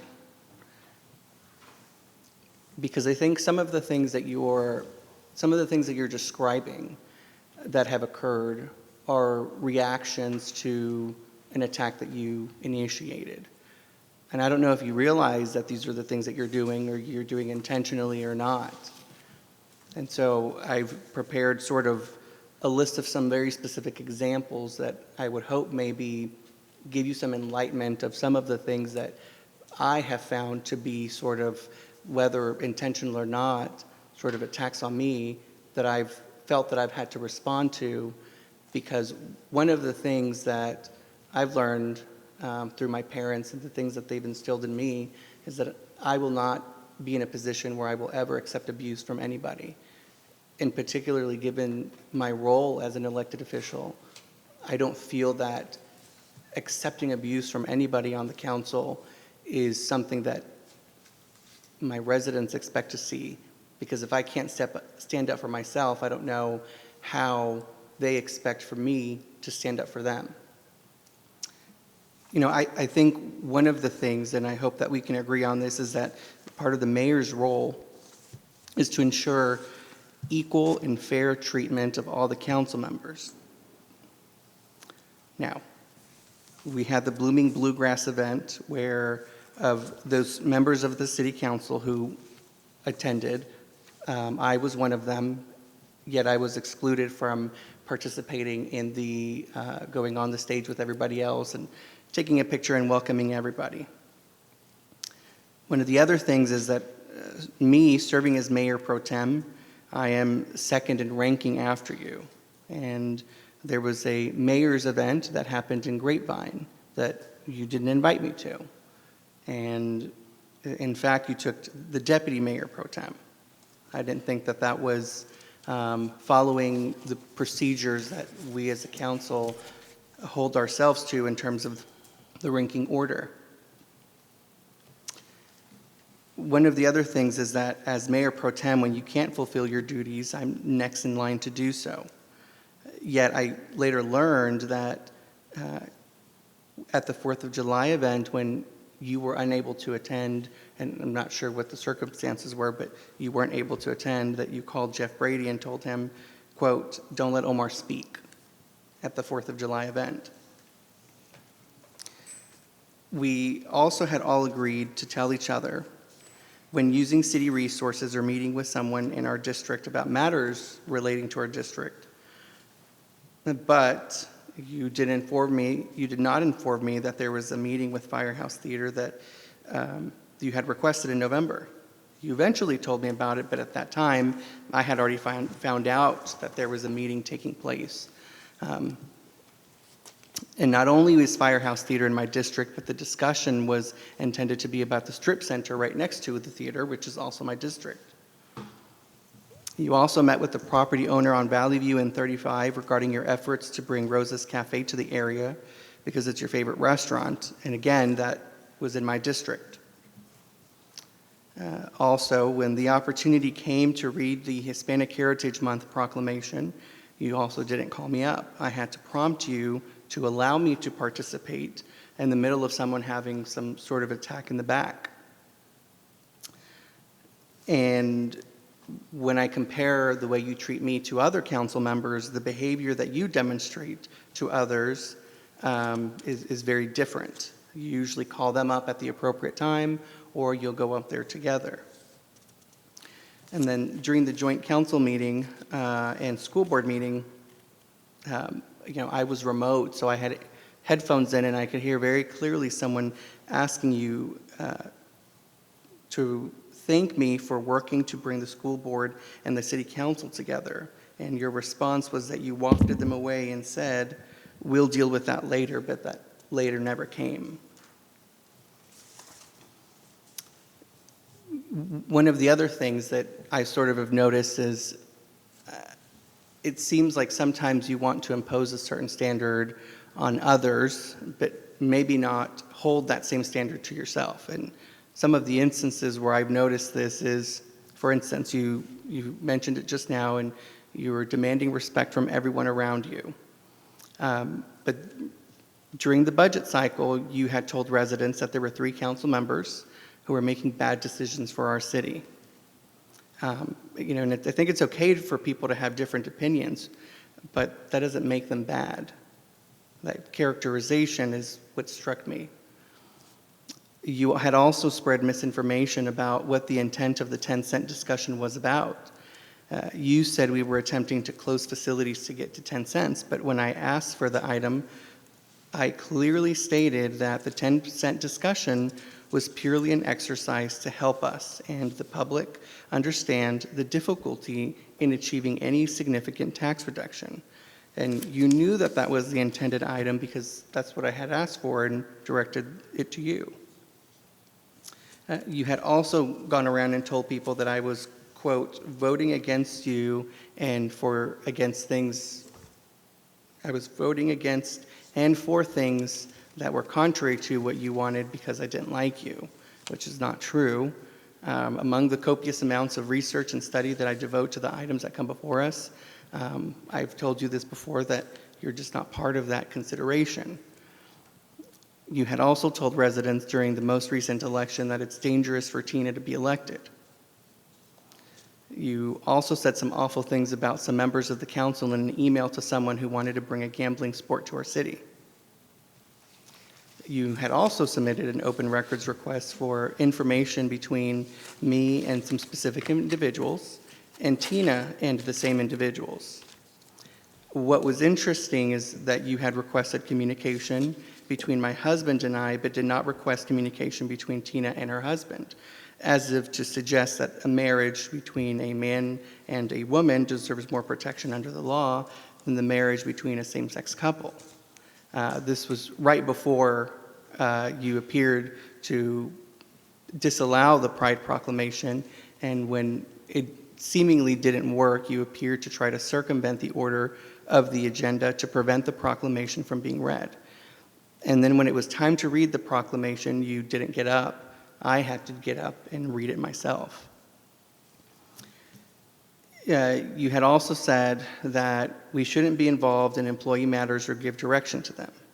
Yet, you had given direction to Jeff Brady not to let me speak at the 4th of July event. You had given direction to staff not to play Purple Rain at the 4th of July event. I think that was Jeff Brady as well. You had also given direction to staff when you were a member of the Veterans Day event while concurrently serving as mayor. And you had also given direction to staff to purchase additional pickleball tickets for a personal guest of yours. And so, in my mind, these are some of the instances that have bothered me and have haunted me. And when I see and hear these types of comments being made, and I've said to you, we've met a few months ago, and I told you that I said, hey, if I'm bothered by something, I'll bring it to your attention. And your response was something to the effect of, well, it's not my fault. You're making yourself feel that way, or something like that. I agree with Roger that I don't know that this document necessarily addresses the issues that I brought up, and I don't know that it necessarily addresses the issues that you have brought up. But at the very least, I wanted to give you the respect of at least expressing where my concerns were by also providing very specific examples of those instances so that there wouldn't be any confusion. So you obviously did your homework, and I respect that. I don't agree with everything that you said, and you put words in my mouth, and this is what I'm talking about. And I would take great offense to your comments saying that I don't respect same-sex marriage. That's not the point. I never, you want to go back to the Pride Proclamation, and if we want to sit up here and air our dirty laundry, we can do that all night long. But the fact remains that you walked out of 2 meetings and you stood up and said, nobody's going to silence this gay Mexican, which was insulting to all of the members of council when you said it. And I told you when we did meet, that was on you, Omar. You're not going to win every argument. You're not going to win every battle. Lord knows I didn't when I sat on council for 6 years. And I was the one on many 4-to-1 votes. But I didn't get up and I didn't walk out. I dusted myself off and I said, you know what? I'll do better next time. I got to put forward a better argument. Whatever. We have to be better. Have I made mistakes? Absolutely. I even apologized to you 3 times in public and asked you to accept my apology, and you said, once you said no, and then you said, I'll think about it. I really thought that we had gotten beyond that. And yes, but I think it requires more than just an apology. All of this sort of plays into where we are today, okay? It's not healthy. I want to change. I want to change the way we are engaging with each other. And I know that doesn't happen overnight. Okay? Look, I accepted your apologies, but the thing is that when you continue with the same behaviors, it brings up another issue, and then it's difficult for me to believe that your words, that you were sincere and you're apologizing, are going to be meaningful because it's followed by something else that happens. That's my struggle. Okay. Does anybody else have any comments? I want to be more practical. So I agree with Councilman Neal and Councilman Roman and Councilman Jackson that this policies and procedures doesn't really address the decorum. I just feel like it's 2 different things, and maybe staff wasn't given a good direction on where to go with it. I would like to ask the attorney, is there anything in these policies procedures, or decorum that are in any way, have any teeth in them that we could be punished for? So as currently drafted, no. There is a provision that you're still upheld to your code of ethics. Correct. And obviously your code of ethics is what has the teeth to it, so to speak. But again, this was a starting point for you guys. And we can always add that. One thing we could do is we could put a provision in here or even in your ethics code that says any violation of the rules of procedure has the same effect as a violation of your code of ethics. We could do that. We could also just add another penalty provision within these rules. I wouldn't recommend that because these are usually guidelines. They're not swords. And so I think if you wanted to put some teeth in it, so to speak, that maybe we just add it to the code of ethics. Okay. And that goes back to the charter. So we're 2 years out on that. And I do have a future agenda item coming on that. So in total, I know that you spent, or the law firm spent, 14.75 hours on this, which was the equivalent of $3,146.25 of our taxpayers' dollars. That's not including staff time. And that's where, in my mind and in my heart, we need to be. Like, every time we do something, it has to equate to a number in the back of our head. Because I just don't think it's time well spent if we're not doing that. And I don't feel like objectively and practically that we have done that. And we've spent, however much time this evening and people trying to watch and whatnot, and poor staff still here for it, no less. I just don't think it's prudent. I think that at some point, and Ben and I have spoken about this, and I have had him confer with you guys, of reconvening the Charter Review Committee, very specifically, instead of drinking out of a fire hydrant, that it's more of a marathon and we're ready in that 2 years. And it can be on a timeline of when our boards and commissions come up in May and June, so people can start applying for that during our strategic planning and whatnot, state of the city. And that way they can go line by line in our charter, and it can be devised the way it needs to be, just moving forward. Let's just clean slate, move it forward.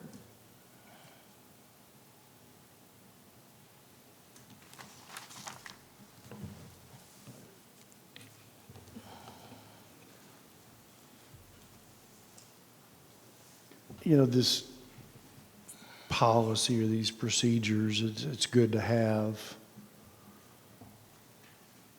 But like I said earlier, frankly, we're better than this. We all have professional lives. We're adults. We campaigned. We stand in front of resident firing lines often. So we have to have some level of thick skin. We have to be adult and mature enough to, instead of having these discussions up here, we have a one-on-one discussion somewhere else. And if that one-on-one discussion doesn't work, you have another one-on-one discussion. And you keep working together, because clearly a lot of this is between you two. And I know that I'm a distant third party in that. But you two need to get your stuff figured out, because it's embarrassing our city. Talk to him. I'm just saying. It takes two to tango here. You're looking at me. It takes two to tango here. And I think this is good to have, so that the public understands the expectations as well as we understand the expectations. But y'all got to get your stuff worked out. We have a conflict of interest provision in our charter that talks about avoiding even the appearance of a conflict of interest. And I think we need to take that same concept or practice into consideration when we're talking to each other. The words we say, our actions, and maybe introduce some grace. I think that's a lot of what REACT is all about.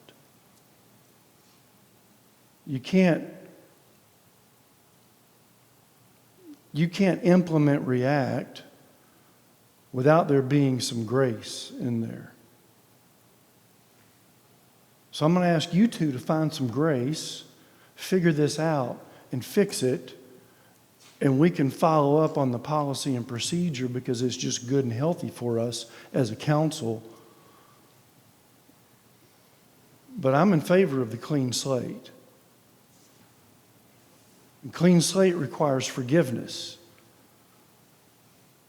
So you got to find that too. So we can all move on.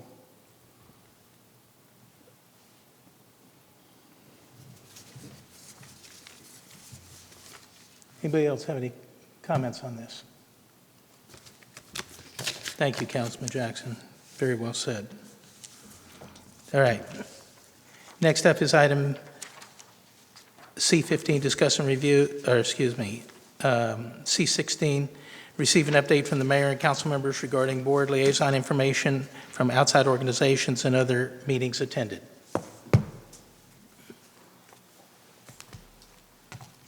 Anybody attend anything?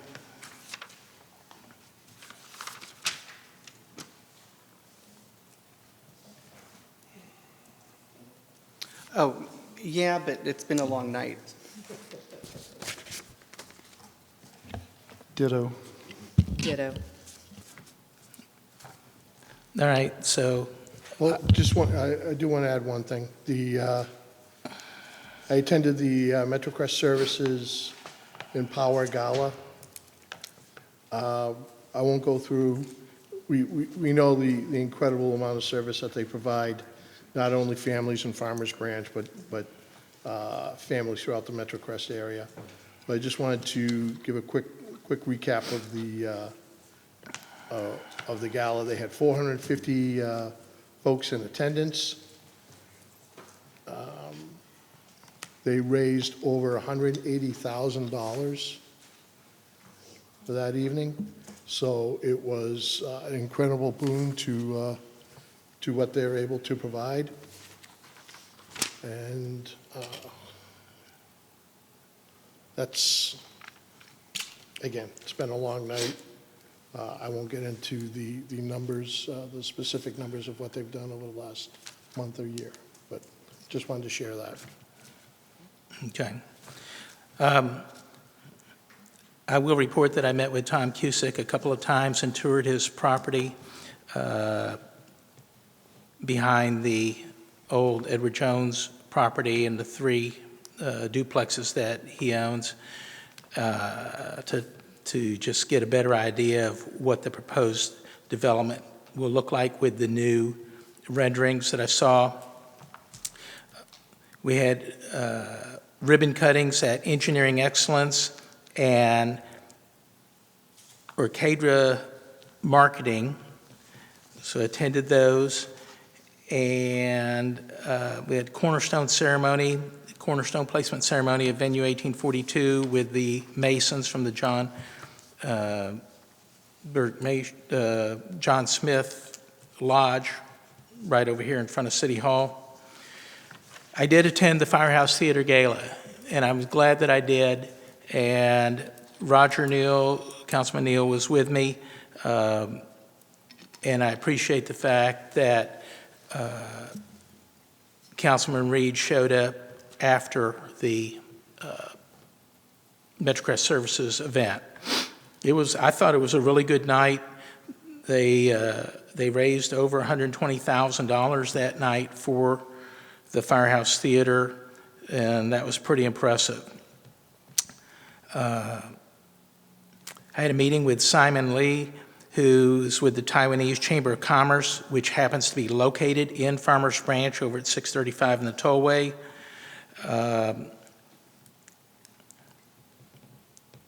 I participated in the MetroCrest Chamber Leadership Day, which was held here at Farmers Branch City Hall. There's been a couple of North Texas Crime Commission meetings, one of which was a chiefs panel, which was extremely interesting. There have been 2 events over at Envision. There will be another event over there next week with a remembrance for Blake Lindsay. Many of you may remember Blake Lindsay, who came here for White Cane Day, where I issued a proclamation. Blake passed away the Sunday before last, which is very unfortunate. I attended an event where the Metrocrest Chamber of Commerce signed a memo of understanding with the Korean Chamber of Commerce, and they're going to be working together and doing some educational events to promote each other. Several members of the city attended a economic development luncheon at Cadillac Barbecue last week. Cherry Coatings, which is relocating from Carrollton to Farmers Branch, requested I come take a tour of where they're locating. There's been mayor meetings. We have the 5 city mayors and County Commissioner Summerman. We met last week, and then this morning we had the Metroplex Mayors Association meeting. And there will be some good things coming in the new year as far as the mayors go and educational opportunities. I've had several meetings with DART, with the city manager, so we're having ongoing discussions with them regarding our payment into DART and the service delivery that they provide us. Also, for those who don't know, At Fault Pickleball, which is at the corner of Valley View Lane and Denton Drive, opened, had their grand opening last weekend. And then yesterday, I had a meeting with the owner, Turner South, of South College, which is locating out Park West. And I'm very excited about this because they are a fully accredited university, and most of their training programs have to do with healthcare and nursing. So they are exploring partnerships with some of our area hospitals, such as Dallas Medical Center and Carrollton Regional. That's all I had to report there. Last item is C17, review and discuss future agenda items. Councilman Neal, anything? Yes, I did have one thing. Forgive me.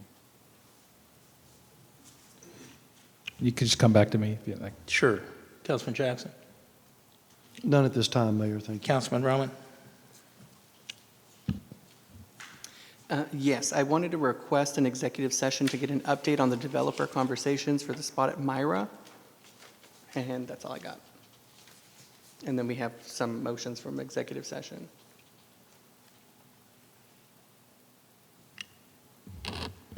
Councilwoman? No, sorry.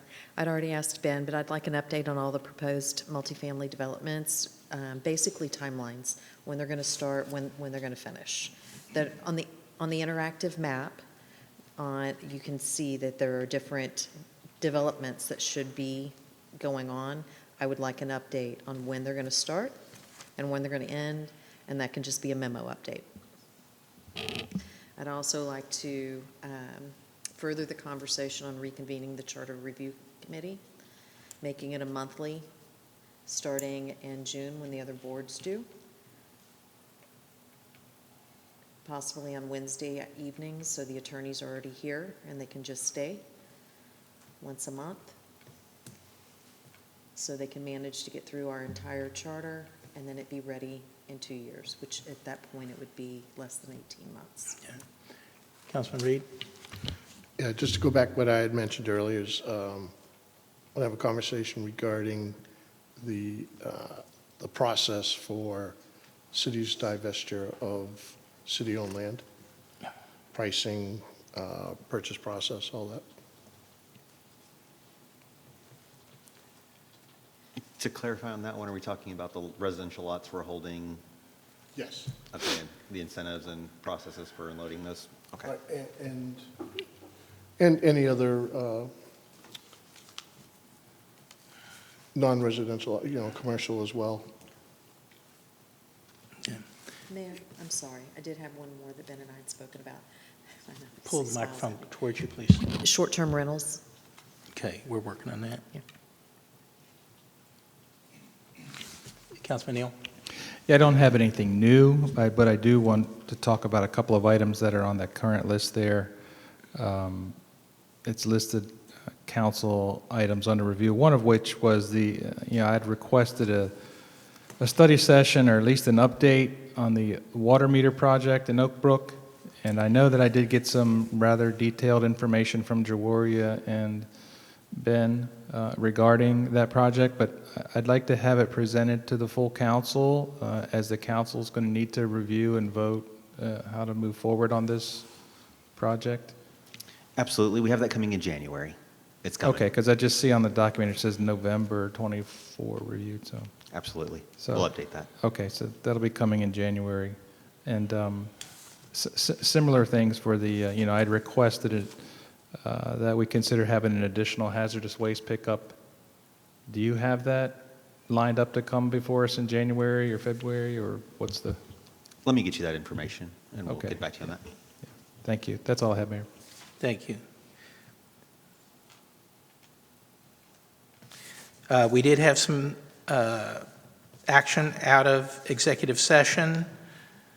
So I know several of you all have motions to read. I'll start at the end. Councilman Roman? I make a motion to approve transfer of parcel located at 1349-1399 Valley View Lane to the Farmers Branch Local Government Corporation. This motion been made, I'll second the motion. and a second. Thank you. All those, please signify by a show of hands. All those in favor?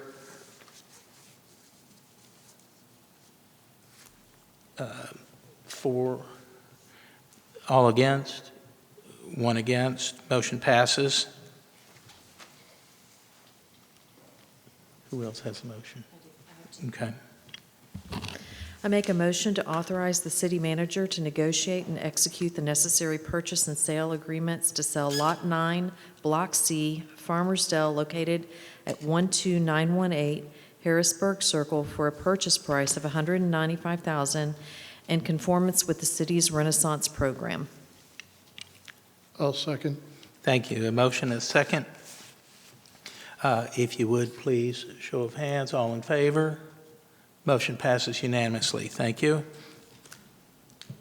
Okay, Mayor, I make a motion to authorize the city manager to negotiate and execute the necessary purchase and sale agreements to sell Lot 13, Block 22, Valwood Park 11, located at 2837 Ermine Way, for a purchase price of $211,000 in conformance with the city's Renaissance program. I'll second. Thank you. A motion and a second. All in favor? Motion passes unanimously. Mayor, I move to approve Resolution 2024-239, approving the mediated compromise settlement agreement in Moreno et al. Versus Dunn and the City of Farmers Branch, Texas. A second. Thank you. A motion and a second. All in favor? Motion passes unanimously. I think that's... Mayor, if you might go back to future agenda items one last time real quick. Councilwoman Bennett Burton, we also, local government corporation, I just want to get everything on the list. Yes. A public conversation during study session to explain the Farmers Branch Local Government Corporation. Thank you.